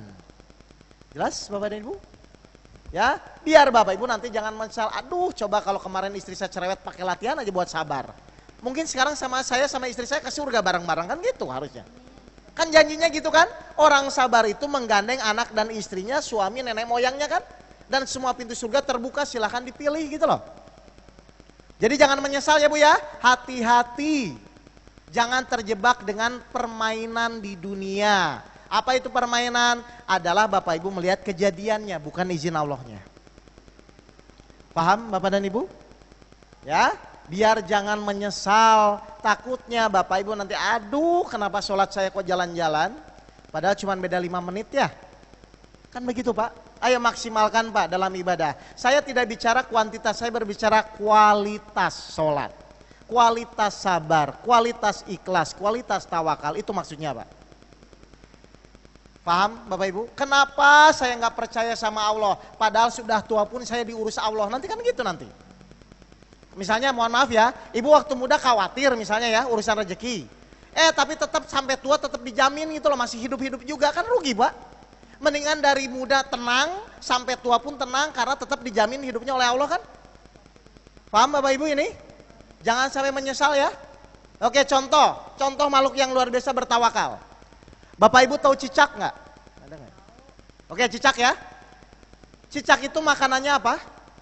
Nyamuk. Baik, saya mau nanya, secara logika ya Pak ya, cicak yang merayap di dinding, ini cicak yang merayap di dinding, bisa nggak makan nyamuk yang terbang ke sana kemari secara logika? Tidak kan ya? Alhamdulillah logika cicak tidak seperti Bapak Ibu. Kalau logika cicak seperti Bapak Ibu, itu cicak bunuh diri semua Pak. Loh ya kan, ya Allah mana mungkin saya bisa makan nyamuk yang terbang ke sana ke sini kan gitu kan? Tapi kenapa cicak tetap merayap di dinding? Karena dia yakin, dia bertawakal kepada Allah, dan dia yakin dengan dia merayap di dinding, Allah menggiring nyamuk ke mulut cicak. Benar gak ini? Baik, sekarang saya mau nanya, cicak sama kita tuh derajatnya tinggi mana? Halo? Nah berarti kalau tinggi kita semua, harusnya Bapak Ibu menjalani hidup tuh khawatir atau tidak? Cicak aja gak khawatir kok. Ibu yang punya kemampuan, yang punya akal pikiran masih pusing menghadapi hidup, apa nggak aneh ini? Bayangkan Bapak Ibu, cicak saja yang hanya merayap, Allah pokoknya saya merayap di dinding aja kan? Dia yakin akhirnya Allah ngasih kan? Paham ini kan Bu? Sekarang ibu sama cicak tinggi, pasti tinggi kita sebagai manusia. Berarti harusnya kalau kita khawatir, harusnya yang pertama ditongkrongin apa? Lihat cicak, oh iya nggak boleh. Begitu aja. Paham Bapak Ibu ya? Tugas cicak hanya merayap di dinding, tapi dia diberi Allah makanan. Padahal secara logika nggak mungkin Pak. Masa yang terbang, yang merayap bisa nangkap yang terbang? Kecuali terbang sama-sama gitu loh. Paham ya? Oke, yang kedua, Ibu tahu induk ayam nggak? Kalau induk ayam tuh biasanya keluar sama suaminya atau sendiri atau sama anak-anaknya yang banyak. Pernah ngelihat induk ayam keluar sama suaminya? Hah? Nggak pernah kan? Cuma sama anaknya ya? Itu biasanya anaknya sedikit atau banyak? Kenapa kok induk ayam tetap yakin nggak punya beras, nggak punya tabungan? Ayo, kenapa? Kenapa Bu? Karena bertawakal kepada Allah. Nggak banyak mikir kan dia kan? Baik, Ibu sama induk ayam tinggi mana? derajatnya. Nah, boleh khawatir? Pasti hewan-hewan yang tadi disebutkan, dia yakin dengan surat ini, 11 ayat 6. Silakan Ustadz Teddy dibaca. 11 ayat 6. Surat Hud ayat 6. Dan tidak satupun makhluk bergerak atau bernyawa di bumi, melainkan semuanya dijamin Allah rezekinya. Nah, coba percaya nggak ini? Nah kalau nggak percaya, ibu mau percaya sama siapa lagi? Kalau Allah sampai nggak dipercaya kan kebangetan ini kan? Ini kan Allah berfirman, tidak ada satu makhluk bergerak pun di muka bumi ini, melainkan rezekinya dijamin oleh Allah. Berarti semua yang hadir di sini, hewan di dalam masjid ini semua, itu sudah ada rezekinya masing-masing. Berarti boleh khawatir nggak tentang masalah rezeki? Nggak. Bagi orang-orang yang beriman. Ngerti ini Bapak Ibu? Pernah nggak ibu mikir, aduh nanti biaya anak saya gimana? Pernah nggak itu? Halo?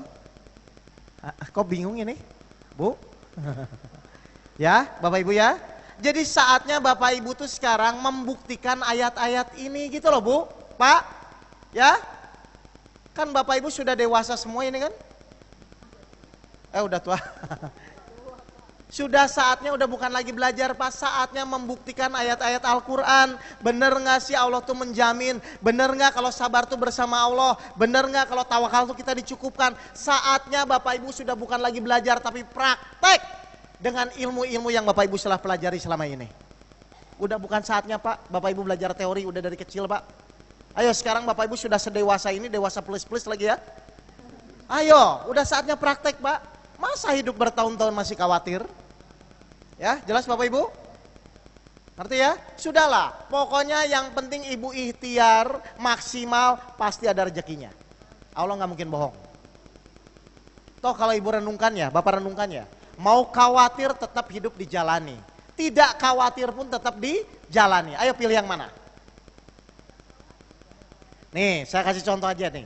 Saya testimoni ya, saya akan sedikit cerita Bapak dan Ibu. Tahun 2004 atau 2003, tapi saya belum masuk ridho Allah Pak. Saya masuk ridho Allah itu tahun 2008. Ini tahun 2004, ada pengalaman jamaah saya Pak, dia jamaah senior, namanya tuh Pak Dwi Pak. Saya cerita sedikit ya Pak.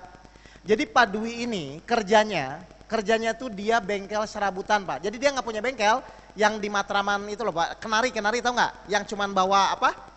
Ketok sama cat itu Pak, tapi dia nggak punya bengkel, jadi dia nunggu mobil yang lewat gitu loh Pak. Ya kan itu nggak pasti kan penghasilannya ya.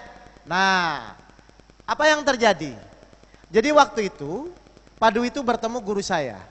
Dia cerita, Pak Guru, kata dia, sebenarnya hidup tuh bagaimana sih Pak? Lalu guru saya bilang, kenapa Mas Dwi, ada masalah apa? Nggak gini Pak, katanya, saya tuh sudah kerja habis-habisan, udah ngoyo Pak, waktu masih muda dia. Perasaan udah kepala jadi kaki, kaki jadi kepala, saya kerja dari pagi sampai malam, tapi kok hidup saya begini-begini aja. Maksudnya bayar kontrakan tetap susah, buat makan juga susah, penghasilan gak pasti. Ini bingung dia Pak. Nah, karena guru saya melihat kan, kalau guru saya bisa memecah karakter orangnya, karena guru saya melihat dia ini orangnya lugu, kalau dikasih pemahaman gini kan gak ngerti dia. Oke, kata guru saya gini aja Mas Dwi.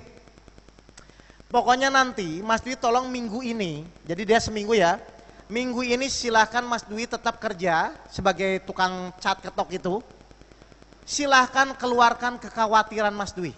Jadi yang misalnya takut nggak bayar kontrakan, nanti takut hidup atau enggak, kawin atau enggak, punya tabungan atau enggak, silahkan keluarkan. Tapi tetap kerja ya, kata guru saya. Nanti minggu depan datang lagi ke saya. Baik Pak Guru, kata dia. Karena dia orangnya lugu kan Mbak, kerja aja dia dengan kekhawatiran yang dia bawa selama ini. Lalu apa yang terjadi? Minggu depannya dia datang lagi kepada guru saya. Gimana Mas Dwi, sehat? Sehat. Sudah makan? Sudah. Terus gimana kemarin? Iya Pak, saya khawatir, takut gini-gini, kan masih cerita. Stop, kata guru saya. Sekarang saya minta Mas Dwi minggu ini, minggu kedua, sekarang Mas Dwi dablek. Tahu dablek nggak Pak? Nggak usah mikir gitu loh, mau mati, mau bayar kontrakan bisa terserah. Tapi tetap kerja, kata dia. Oh baik Pak Guru. Pokoknya nanti minggu kedua ini tolong Mas Dwi dablek, tetap kerja tapi nggak usah dipikirin. Mau makan, mau enggak, mau kawin, mau enggak, terserah. Ya, baik kata dia. Akhirnya minggu kedua dia pulang lagi ke bengkel, dia kerja biasa. Apa yang terjadi? Minggu ketiga dia datang lagi kepada dia, kepada Pak Guru. Gimana Mas Dwi, sehat? Sehat. Sudah makan? Sudah. Gimana? Kemarin? Ya saya tetap kerja, saya tetap makan kata dia. Baik, sekarang minggu ketiga. Minggu pertama Mas Dwi menjalani hidup dengan kekhawatiran, tetap hidup. Minggu kedua menjalani hidup dengan tenang, tetap juga hidup. Minggu ketiga Mas Dwi pilih. Khawatir tetap hidup, dablek tetap hidup. Dia pilih yang mana Pak? Dia pilih yang mana kira-kira? Nah, sekarang saya tanya kepada Bapak Ibu yang hadir di sini. Khawatir tetap hidup, dablek juga tetap hidup. Ibu pilih yang mana? Bapak pilih yang mana? Apa mau seminggu-seminggu dulu? Sudahlah Pak. Toh Bapak khawatir masalah tetap ada, tenang juga masalah tetap ada. Kenapa tidak pilih yang tenang? Sama-sama hidup, yang penting sunatullahnya dijalani gitu loh. Kerja yang kerja, usaha yang usaha, tapi hati dibuat yakin total kepada Allah. Begitu Pak caranya orang bertawakal. Jadi pokoknya tugas kita apa kata Allah? Pokoknya tugas saya bertawakal. Tugas Allah menjamin rezeki kita. Itu udah rumus Pak. Ngerti ini? Kalau sudah dijamin tuh perlu dipikirkan gak sih Pak? Halo? Kalau sudah dijamin tuh perlu dipikirkan gak? Nah terus ngapain mikirin? Tugas Bapak berusaha ikhtiar maksimal mungkin, pasti dapat. Contoh, waktu Bapak Ibu masih kecil dulu, waktu kelas SD, tugas Bapak Ibu apa? Waktu SD? Belajar. Pernah mikirin biaya sekolah atau besok makan apa? Kenapa? Dijamin orang tua. Orang tua sama Allah hebat mana sih Bu? Harusnya lebih tenang atau lebih pusing? Awas kalau pusing lagi. Oh, iya dong. Masa hidup bertahun-tahun khawatir terus? Apa Ibu mau tes dulu seminggu khawatir, seminggu dablek? Atau sekarang aja? Biar kayak Mas Dwi. Lah iya makanya, ayolah Pak kita merenungi, bener gak sih hidup khawatir itu sesuatu yang benar? Kalau memang salah ya tinggalkanlah, tinggal nekat aja kan sama Allah kan? Ayo kenapa nekat sama Allah? Pertama, Tuhan kita Tuhan tunggal Allah. Semua kejadian harus atas izin Allah. Allah pun niatnya nggak membuat kita menderita. Benar nggak? Tujuan Allah menciptakan kita supaya dia mengabdi, supaya kita bahagia. Nah terus masalahnya di mana gitu loh? Masalahnya tuh cuman Bapak Ibu tidak yakin sama Allah kan? Terus Bapak Ibu mau nyalain setan? Oke, kalau mau nyalain setan, kita buka ayatnya biar Bapak Ibu sadar ya. Benar? Buka surat 14 ayat 22, ini setan ngomong Mbak. Bukan Pak Teddy, ini setannya ngomong. Silakan Pak Teddy. Pak Teddy pelan-pelan Pak, biar yang lain dengar setan tuh ngomong apa nanti. Biar yang nyalahin biar sadar, ayo. Surat Ibrahim ayat 22. Perhatikan Bapak Ibu.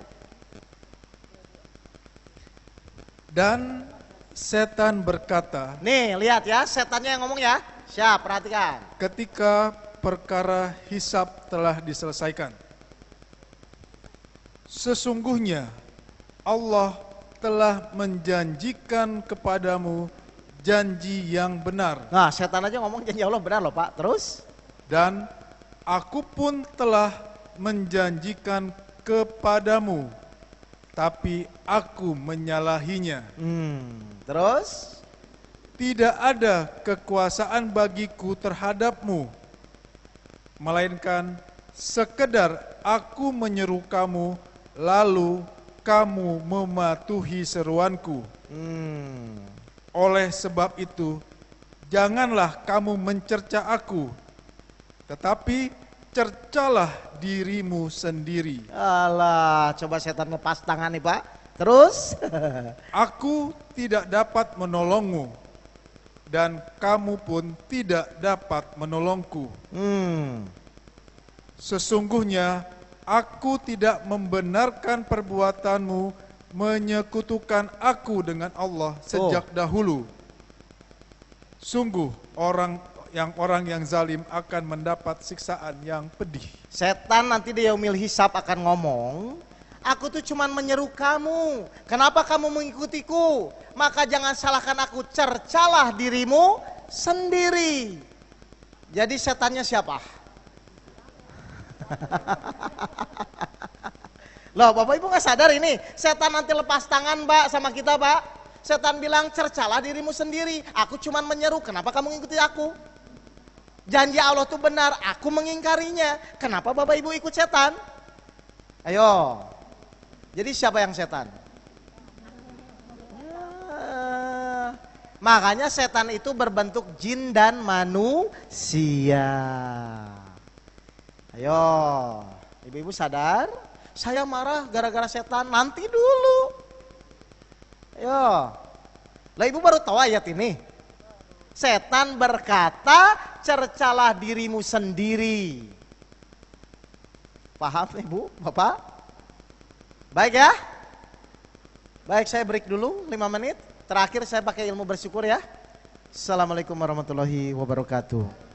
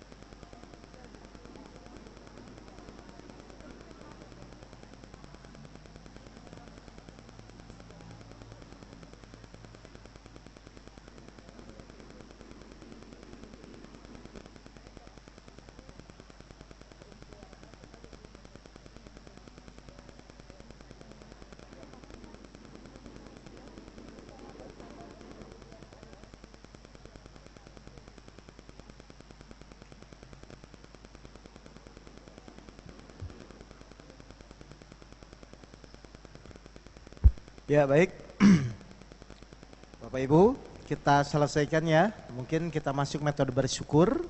Nanti kita rangkai dulu dari 6 metode, yaitu iman, sabar, sholat, ikhlas, tawakal, dan bersyukur. Itu tuh untuk apa? Kan tadi saya menjelaskan masih parsial ya, sepotong. Nanti saya akan rangkai. Sebenarnya untuk apa sih kita belajar 7 metode ini ya? Jadi iman, sabar, sholat, ikhlas, tawakal, bersyukur ya. Untuk apa? Nanti biar ibu paham, karena yang tadi saya jelaskan baru terpotong-potong, belum saya rangkai. Baik ya? Mempersingkat waktu ya. Kita akan mulai. Kenapa kok kita harus belajar 7 metode ini? Sebenarnya 7 metode ini adalah cara untuk menjalani kehidupan, Mbak. Dalam kehidupan kita sehari-hari, kalau Bapak Ibu misalnya punya masalah, apapun masalahnya, dengan 7 metode ini insya Allah harusnya dalam menjalani hidup tuh insya Allah Ibu Bapak Ibu akan bahagia ya. Baik, sekarang kita masuk metode yang ke-6, yaitu bersyukur ya. Saya yakin semua yang hadir di sini sudah tahu yang namanya bersyukur itu apa ya. Apa Bapak Ibu bersyukur itu? Kok bersyukur puas? Bersyukur itu berterima kasih terhadap kita diberi sesuatu. Oke ya. Sekarang saya menjelaskan dulu biar Bapak Ibu paham ya. Baik. 1, seperti biasa saya akan bertanya, apa manfaatnya Allah menyuruh kita bersyukur? Apa manfaatnya? Sesuai surat 14 ayat 7 ya. Ini aja langsung kita pakai ayat aja lah kalau yang ini ya. Silakan Pak Teddy. Surat Ibrahim ayat 7.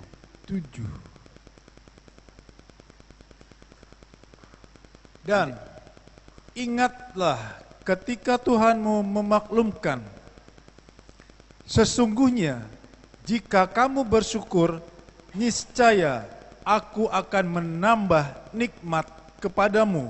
Nah, terus? Tetapi jika kamu mengingkari nikmatku, maka pasti azabku sangat berat. Oke, saya mau nanya nih Bu. Di surat ini ada berapa golongan? Di surat ini ada berapa golongan?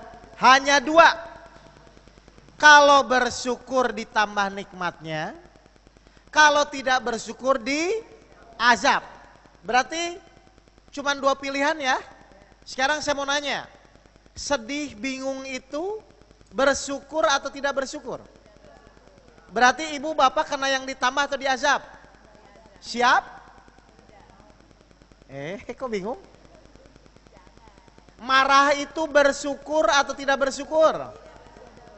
Berarti kalau bapak marah siap diazab? Loh kok?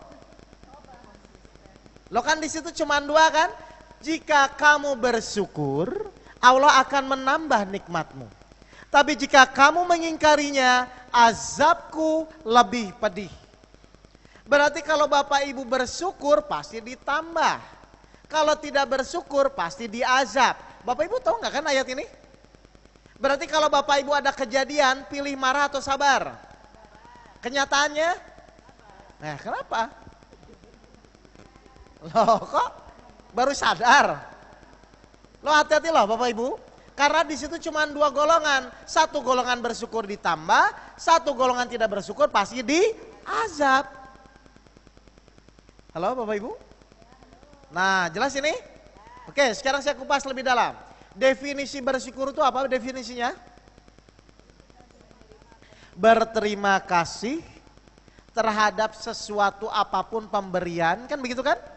Ya enggak? Terus hatinya senang atau tidak? Oke, kita buktikan ya. Coba tolong sekarang ibu-ibu ya, ibu-ibu ngomong terima kasih ke saya, tapi sambil marah, tapi tulus. Ayo, coba Bapak. Iya, berterima kasih, ngomong berterima kasih marah, tapi tulus. Coba. Bisa nggak? Bisa nggak? Lihat, ini saya mau membuktikan orang yang berterima kasih itu pasti tidak bisa marah. Jadi kalau ibu bapak bersyukur, kira-kira bakal marah nggak? Nggak bisa. Mau dites lagi? Coba ibu bapak bilang alhamdulillah ke saya sambil marah tapi tulus, ayo. Bisa nggak? Nih, jadi dibuktikan ya. Jadi tidak mungkin orang bersyukur itu hatinya dongkol, tidak mungkin. Saya sudah bersyukur sih Pak Ustadz, tapi bersyukur nggak? Nggak bisa. Orang bersyukur itu pasti hatinya senang. Ngerti ini Bapak Ibu? Jadi nggak usah merancukan definisi bersyukur, awas. Karena banyak ibu tuh alasan. Saya sudah bersyukur Pak, tapi nggak pakai tapi. Karena disimpulkan ternyata orang bersyukur itu tidak mungkin hatinya dongkol. Jelas ini Bapak Ibu? Baik, sekarang kita kupas. Apa sih definisi bersyukur? Bersyukur itu adalah apa? Berterima kasih kepada Allah terhadap apapun yang Allah berikan. Jelas ini Bapak Ibu? Benar berterima kasih kepada Allah?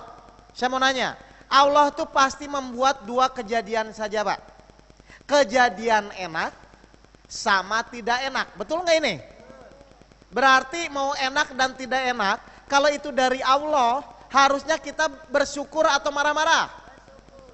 Oke, Allah misalnya ngasih penyakit ke ibu, ke bapak. Berarti bapak ibu harusnya ngomongnya apa? Benar? Benar nggak ini? Ayo kita perbaiki. Ingat ya, bahwa Allah pasti hanya memberi dua kejadian dan pasti niatnya baik. Kenapa kok saya yakin Allah niatnya baik? Ada ayatnya Pak, buka surat 4 ayat 40. Semua ada ayatnya. Kenapa kok saya yakin Allah itu tidak menginginkan kita menderita? Ada, surat 4 ayat 40, silakan. Surat An-Nisa ayat 40. Silakan dibaca. Sungguh, pasti Allah kalau mau bersumpah janjinya pasti sungguh dulu. Ya, lihat ya, silakan. Allah tidak akan menzolimi seseorang Tuh. walaupun sebesar Zahra. Oke, Zahra itu apa? Zarah itu apa? Biji terkecil, atom. Jadi ada nggak niatan Allah membuat kita menderita, ada nggak Pak? Tapi pertanyaan saya, banyak nggak orang yang merasa menderita? Nah kalau banyak itu berarti salahnya dia sendiri atau salah Allah? Salah dia sendiri karena dia tidak mengerti hakikat kehidupan. Jelas Bapak Ibu? Jadi bersyukur itu apa? Berterima kasih kepada Allah terhadap apapun yang Allah berikan. Mau kejadian enak, mau kejadian tidak enak, karena kita yakin Allah dengan niat yang baik. Kira-kira niat baik Allah harusnya kita berterima kasih atau marah-marah? Jadi ketika Allah mengizinkan suami ibu galak, itu dari Allah atau bukan? Berarti ibu harusnya berterima kasih atau marah? Nah, kok jadi pelan? Nah. Ngerti nih ibu-ibu?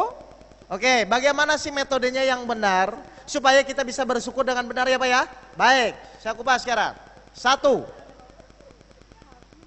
Berterima kasih ketika diberi, wajar atau tidak? Nih contoh. Saya ngasih ke ibu nih, saya ngasih ke bapak ya misalnya ya Pak. Saya ngasih ke bapak. Pas saya ngasih, bapak berarti ngomong ke saya apa?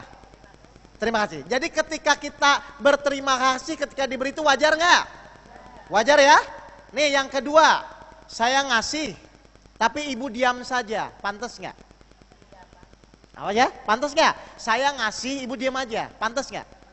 Oke, atau yang ketiga, saya ngasih, bapak malah marah-marah, wajar atau kurang ajar? Baik, kita simpulkan sekarang, ya. Allah itu memberikan dua kejadian. Kejadian enak dan tidak enak. Tapi niatnya baik nggak sesuai surat 4 ayat 40?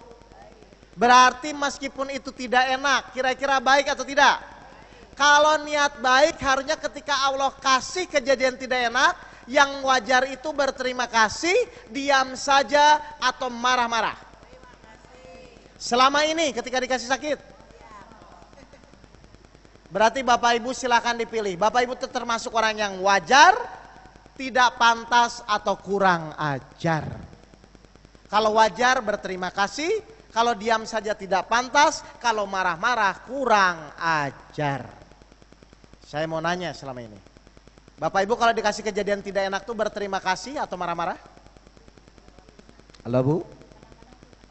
Nah, padahal kalau marah-marah itu siap di azab. Halo Pak, Bu, Baru sadar ayat ini. Padahal di situ cuma 2 Pak, nggak ada pilihan Pak. Kalau kamu bersyukur aku akan menambah, kalau tidak bersyukur pasti, ada kata pasti kalau nggak salah. Pasti diazab oleh Allah. Makanya kalau ibu semakin tidak menerima, semakin pusing, maka ibu akan semakin berat dalam menjalani masalah hidup. Karena selama ini ibu tidak termasuk hamba-hamba yang bersyukur. Berarti termasuk hamba-hamba yang kurang ajar. Jelas ibu-ibu, bapak-bapak? Nih, biar makin sadar, saya rubah polanya sedikit ya, cara berpikirnya ya. Gini, saya mau nanya, kapan kita berterima kasih? Kapan? Kita berterima kasih itu kapan? Pada saat diberi. Setuju nih? Pertanyaan kedua, orang berterima kasih itu bisa dongkol atau tidak? Kan tadi udah dicek ya. Coba bapak ngomong terima kasih ke saya, ibu ngomong terima kasih ke saya, tulus sambil marah, nggak bisa kan? Jadi kata kuncinya orang berterima kasih itu pasti hatinya tidak dongkol. Setuju ini bapak ibu? Ya? Oke, sekarang bersyukur. Bersyukur itu adalah berterima kasih kepada Allah. Kapan kita berterima kasih kepada Allah? Pada saat diberi. Allah tuh memberi kapan? Setiap saat. Namanya orang berterima kasih boleh dongkol tidak? Berarti setiap saat kita tidak boleh dongkol. Barulah itu ciri-ciri orang yang bersyukur. Halo Pak, Bu, pada diem ini? Jadi kalau ibu pengen mengaku bersyukur, berarti setiap saat bapak ibu tidak boleh dongkol. Kenapa? Karena Allah memberi setiap saat. Contohnya apa? Udara yang kita hirup. Contohnya apa? Darah yang mengalir di tubuh kita. Contohnya apa? Jantung yang berdetak dalam diri kita. Semua pemberian Allah. Dan sangat tidak pantas kalau bapak ibu tidak bersyukur. Tapi kan Pak, oke. Bapak misalnya hutang 2 miliar. Oke, Allah selesaikan. Tapi bapak nggak bisa ngedip, mau? Mau nggak? Artinya apa? Tetap nikmat Allah lebih besar dari masalah yang bapak ibu hadapi. Makanya Allah benci orang-orang yang tidak bersyukur. Sampai di surat Ar-Rahman berkali-kali Allah bilang, nikmat Tuhan manakah yang kau dustakan? Oke, masalah ibu selesai. Tapi ibu telinganya hilang 1, mau? Tuh, mau masalah selesai tapi hilang telinganya 1, mau? Berarti tetap nikmat Allah lebih besar dari masalah yang bapak ibu hadapi. Makanya Allah benci orang-orang yang tidak bersyukur. Sebesar apapun masalah bapak ibu, tetap nikmat Allah lebih besar dari masalah yang bapak ibu hadapi sekarang. Nggak akan bisa dibandingkan Pak. Coba bapak ibu ngedip saja, itu udah luar biasa kan? Oke, masalah bapak ibu selesai tapi bapak ibu nggak bisa ngedip, mau? Mau nggak? Nah, nih ya. Mungkin bapak ibu tidak sadar nih ya, nikmat Allah yang luar biasa ya. Saya akan sadarkan. Silakan Pak Teddy buka surat 3 ayat 122. Sebentar, saya cek dulu deh. Saya udah lupa nih, ayat ini saya nggak pakai nih. Surat 3 ya. Kalau nggak salah 122 Pak, 122. Sebentar. Oh bukan. Sebentar.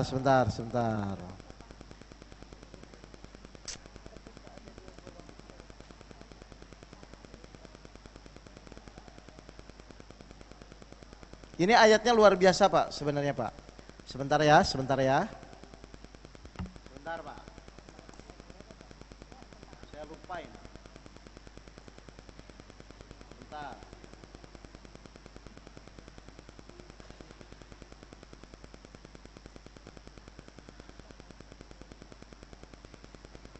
Oke. Surat 3 ayat 154. Ya. Coba Bapak Ibu sadarkan ini. Surat 3 ayat 154. Silakan. Surat Ali Imran ayat 154. Oh ya, ngantuk ya. Kemudian setelah kamu ditimpa kesedihan, Lihat ya, setelah kamu ditimpa kesedihan, Dia menurunkan rasa aman kepadamu Dia menurunkan rasa aman kepadamu, terus berupa kantuk yang meliputi segolongan dari kamu. Jadi Bapak dalam kondisi ruwet, dalam kondisi sedih, Allah tiba-tiba sering ngasih rasa kantuk.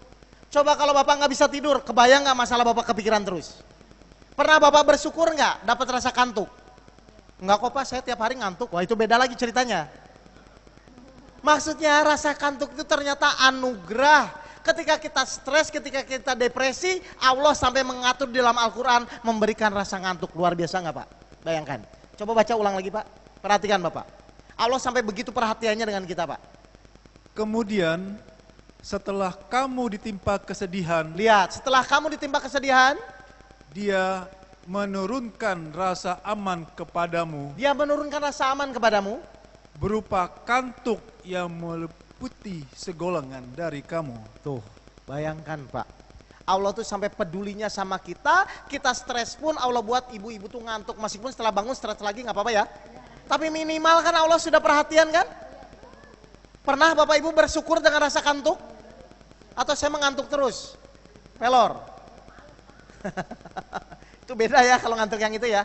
Ayolah Pak, apa lagi saya bilang? Yang membuat Bapak hidup menjalani hidup tidak bahagia itu apa alasannya gitu loh. Ya Bapak Ibu jelas ini Bapak Ibu? Jadi marilah kita luruskan kita dalam menjalani hidup. Saya takutnya Bapak Ibu hidup tidak bahagia sampai nanti meninggal tidak bahagia, kan rugi. Padahal bahagia itu adalah murni pemberian dari Allah. Ya saya jelaskan. Coba saya mau nanya. Menurut Bapak Ibu, bahagia itu kita ciptakan atau pemberian dari Allah? Jangan ikutin saya jawabannya. Biar saya bisa jawab. Ayo, menurut Bapak Ibu, jawab salah nggak apa-apa ya. Menurut Bapak Ibu, bahagia itu karena kita ciptakan atau pemberian dari Allah? Atau saya tanya gini deh, orang bahagia itu apa? Ayo, saya mau nanya. Kan Bapak Ibu tadi tujuannya ingin bahagia dunia dan akhirat kan? Sekarang saya mau nanya, orang bahagia itu apa? Hah? Oke, saya mau nanya, apa iya orang miskin tuh menderita semua? Apa iya orang kaya tuh bahagia semua? Berarti kaya miskin bukan ukuran kan?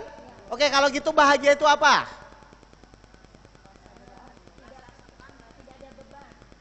Iya, gimana caranya? Wah, repot ini. Padahal Bapak Ibu nanti saya sebutkan Bapak Ibu ketawa sendiri loh. Benar saya jelas. Bapak Ibu nggak sadar di sini. Ya, saya jelaskan ya. Lo bagaimana Ibu Bapak bisa bahagia kalau Bapak Ibu sendiri tidak tahu bahagia itu apa, kan begitu ya? Lo ya kan, gimana bisa bahagia Bapak Ibu aja nggak tahu bahagia itu apa? Ya, nih saya jelaskan. Ibu Bapak tiap hari minta buka surat Al-Fatihah ayat 6 dan 7. Ibu perhatikan ayatnya. Itu loh Bu yang Bapak Ibu tiap hari minta itu bahagia itu. Coba. Al-Fatihah ayat 6 dan 7. Silahkan dibaca artinya. Tunjukilah kami jalan yang lurus. Tunjukilah kami jalan yang lurus. Terus? Yaitu jalan orang-orang yang telah engkau beri nikmat kepadanya. Jalan orang-orang yang engkau berikan nikmat atau kebahagiaan. Jadi orang bahagia itu kalau kita di jalan yang lurus. Berarti kalau sekarang Bapak Ibu belum bahagia pasti belum. Sudah. Lah, sadar gak ini? Loh, lo baru sadar? Lihat, tunjukilah kami jalan yang lurus, yaitu jalan yang engkau beri anugerah nikmat atau kebahagiaan. Jadi pertanyaan saya, kalau kita di jalan yang lurus pasti bahagia atau tidak? Berarti kalau sekarang Bapak Ibu belum bahagia pasti belum. Meskipun merasa sudah lurus. Kan banyak yang merasa ya? Ya silahkan aja, tapi harusnya bahagia. Berarti pertanyaan saya, berarti kalau di ayat ini, bahagia itu proses atau hasil?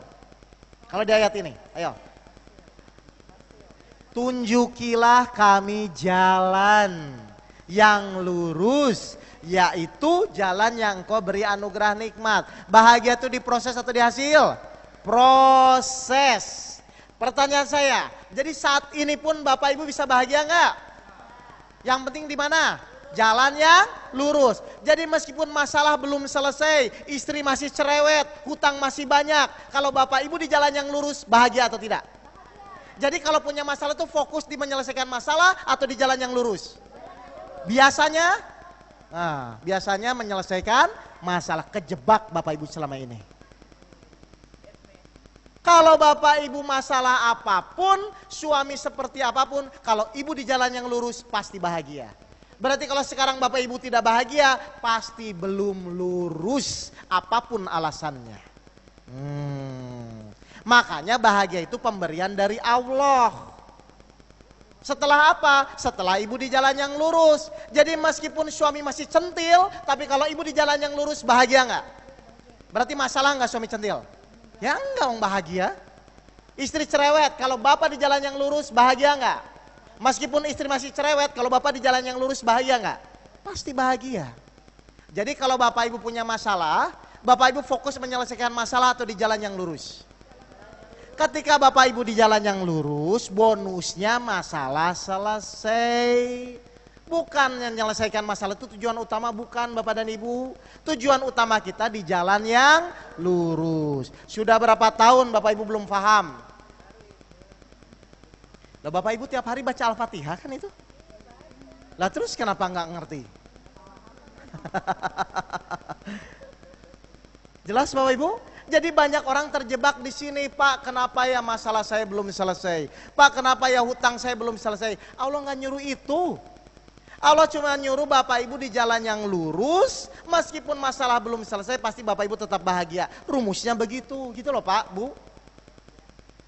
Jelas ini bapak ibu?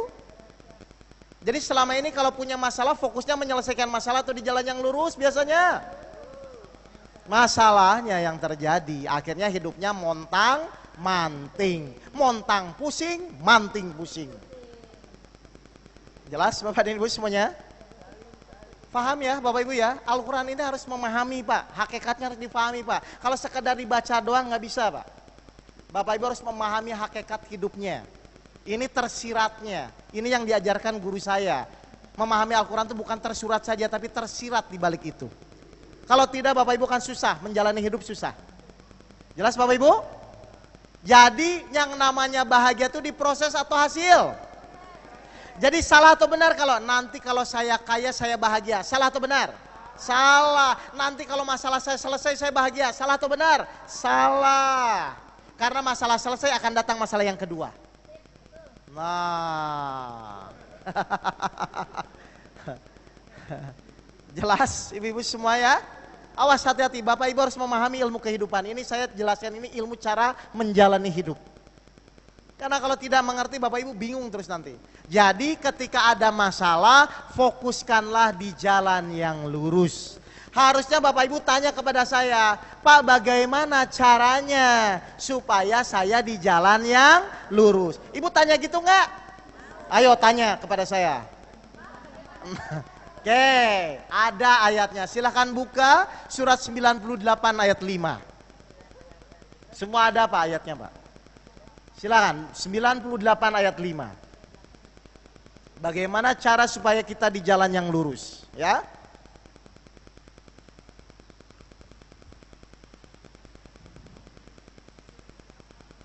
Surat Al-Bayyinah ayat 5. Nah. Silakan. Padahal mereka hanya diperintah menyembah Allah dengan ikhlas, menaatinya semata-mata karena menjalankan agama dan juga agar melaksanakan sholat dan menunaikan zakat, dan yang demikian itulah agama yang lurus. Ya, padahal mereka tidak disuruh kecuali hanya apa? Memurnikan ketaatan atau menyembah Allah dengan ikhlas. Itulah agama yang lurus. Pertanyaan saya, jadi kalau kita ingin di jalan yang lurus kita harus apa? Ikhlas, taat 100% kepada Allah. Taat ya. Jadi ada terjemahan lain, Kata lain dari ikhlas itu adalah memurnikan ketaatan. Oke, saya akan bahas ya. Apa itu maksudnya memurnikan ketaatan? Ini saya jelaskan. Contoh, di beberapa ayat dalam Al-Quran, Allah sering berbicara aku atau kami. Pernah mendengar Bapak Ibu? Nah, saya mau nanya, kami itu Allah sendiri atau bersama pasukannya? Yang namanya kami, bersama pasukannya ya, malaikat dan lain-lainnya. Baik, misalnya contoh, ini contoh memurnikan ketaatan. Misalnya Allah nyuruh, hei malaikat, catat amal baik, amal buruk manusia. Ketika Allah nyuruh malaikat mencatat amal baik, amal buruk, malaikat tuh tunggu dulu setengah jam baru ngerjain atau langsung mengerjakan? Kenapa malaikat langsung mengerjakan? Karena malaikat taat 100% kepada Allah, karena ketaatannya itulah malaikat dimasukkan golongan kami. Paham Bapak Ibu? Ya? Jadi kalau Bapak Ibu ingin bahagia, ingin di jalan yang lurus, minimal Bapak Ibu harus meningkatkan ketaatan. Setuju ini? Oke, sekarang saya mau nanya. Semua kejadian yang terjadi di muka bumi ini harus atas izin Allah. Betul? Oke, Ibu difitnah orang, Bapak difitnah orang. Kira-kira Bapak tuh langsung taat menerima atau loading dulu? Saya ulang. Allah mengizinkan kejadian tidak enak, misalnya disakiti atau misalnya Bapak Ibu difitnah orang. Biasanya Bapak Ibu tuh langsung taat atau loading dulu?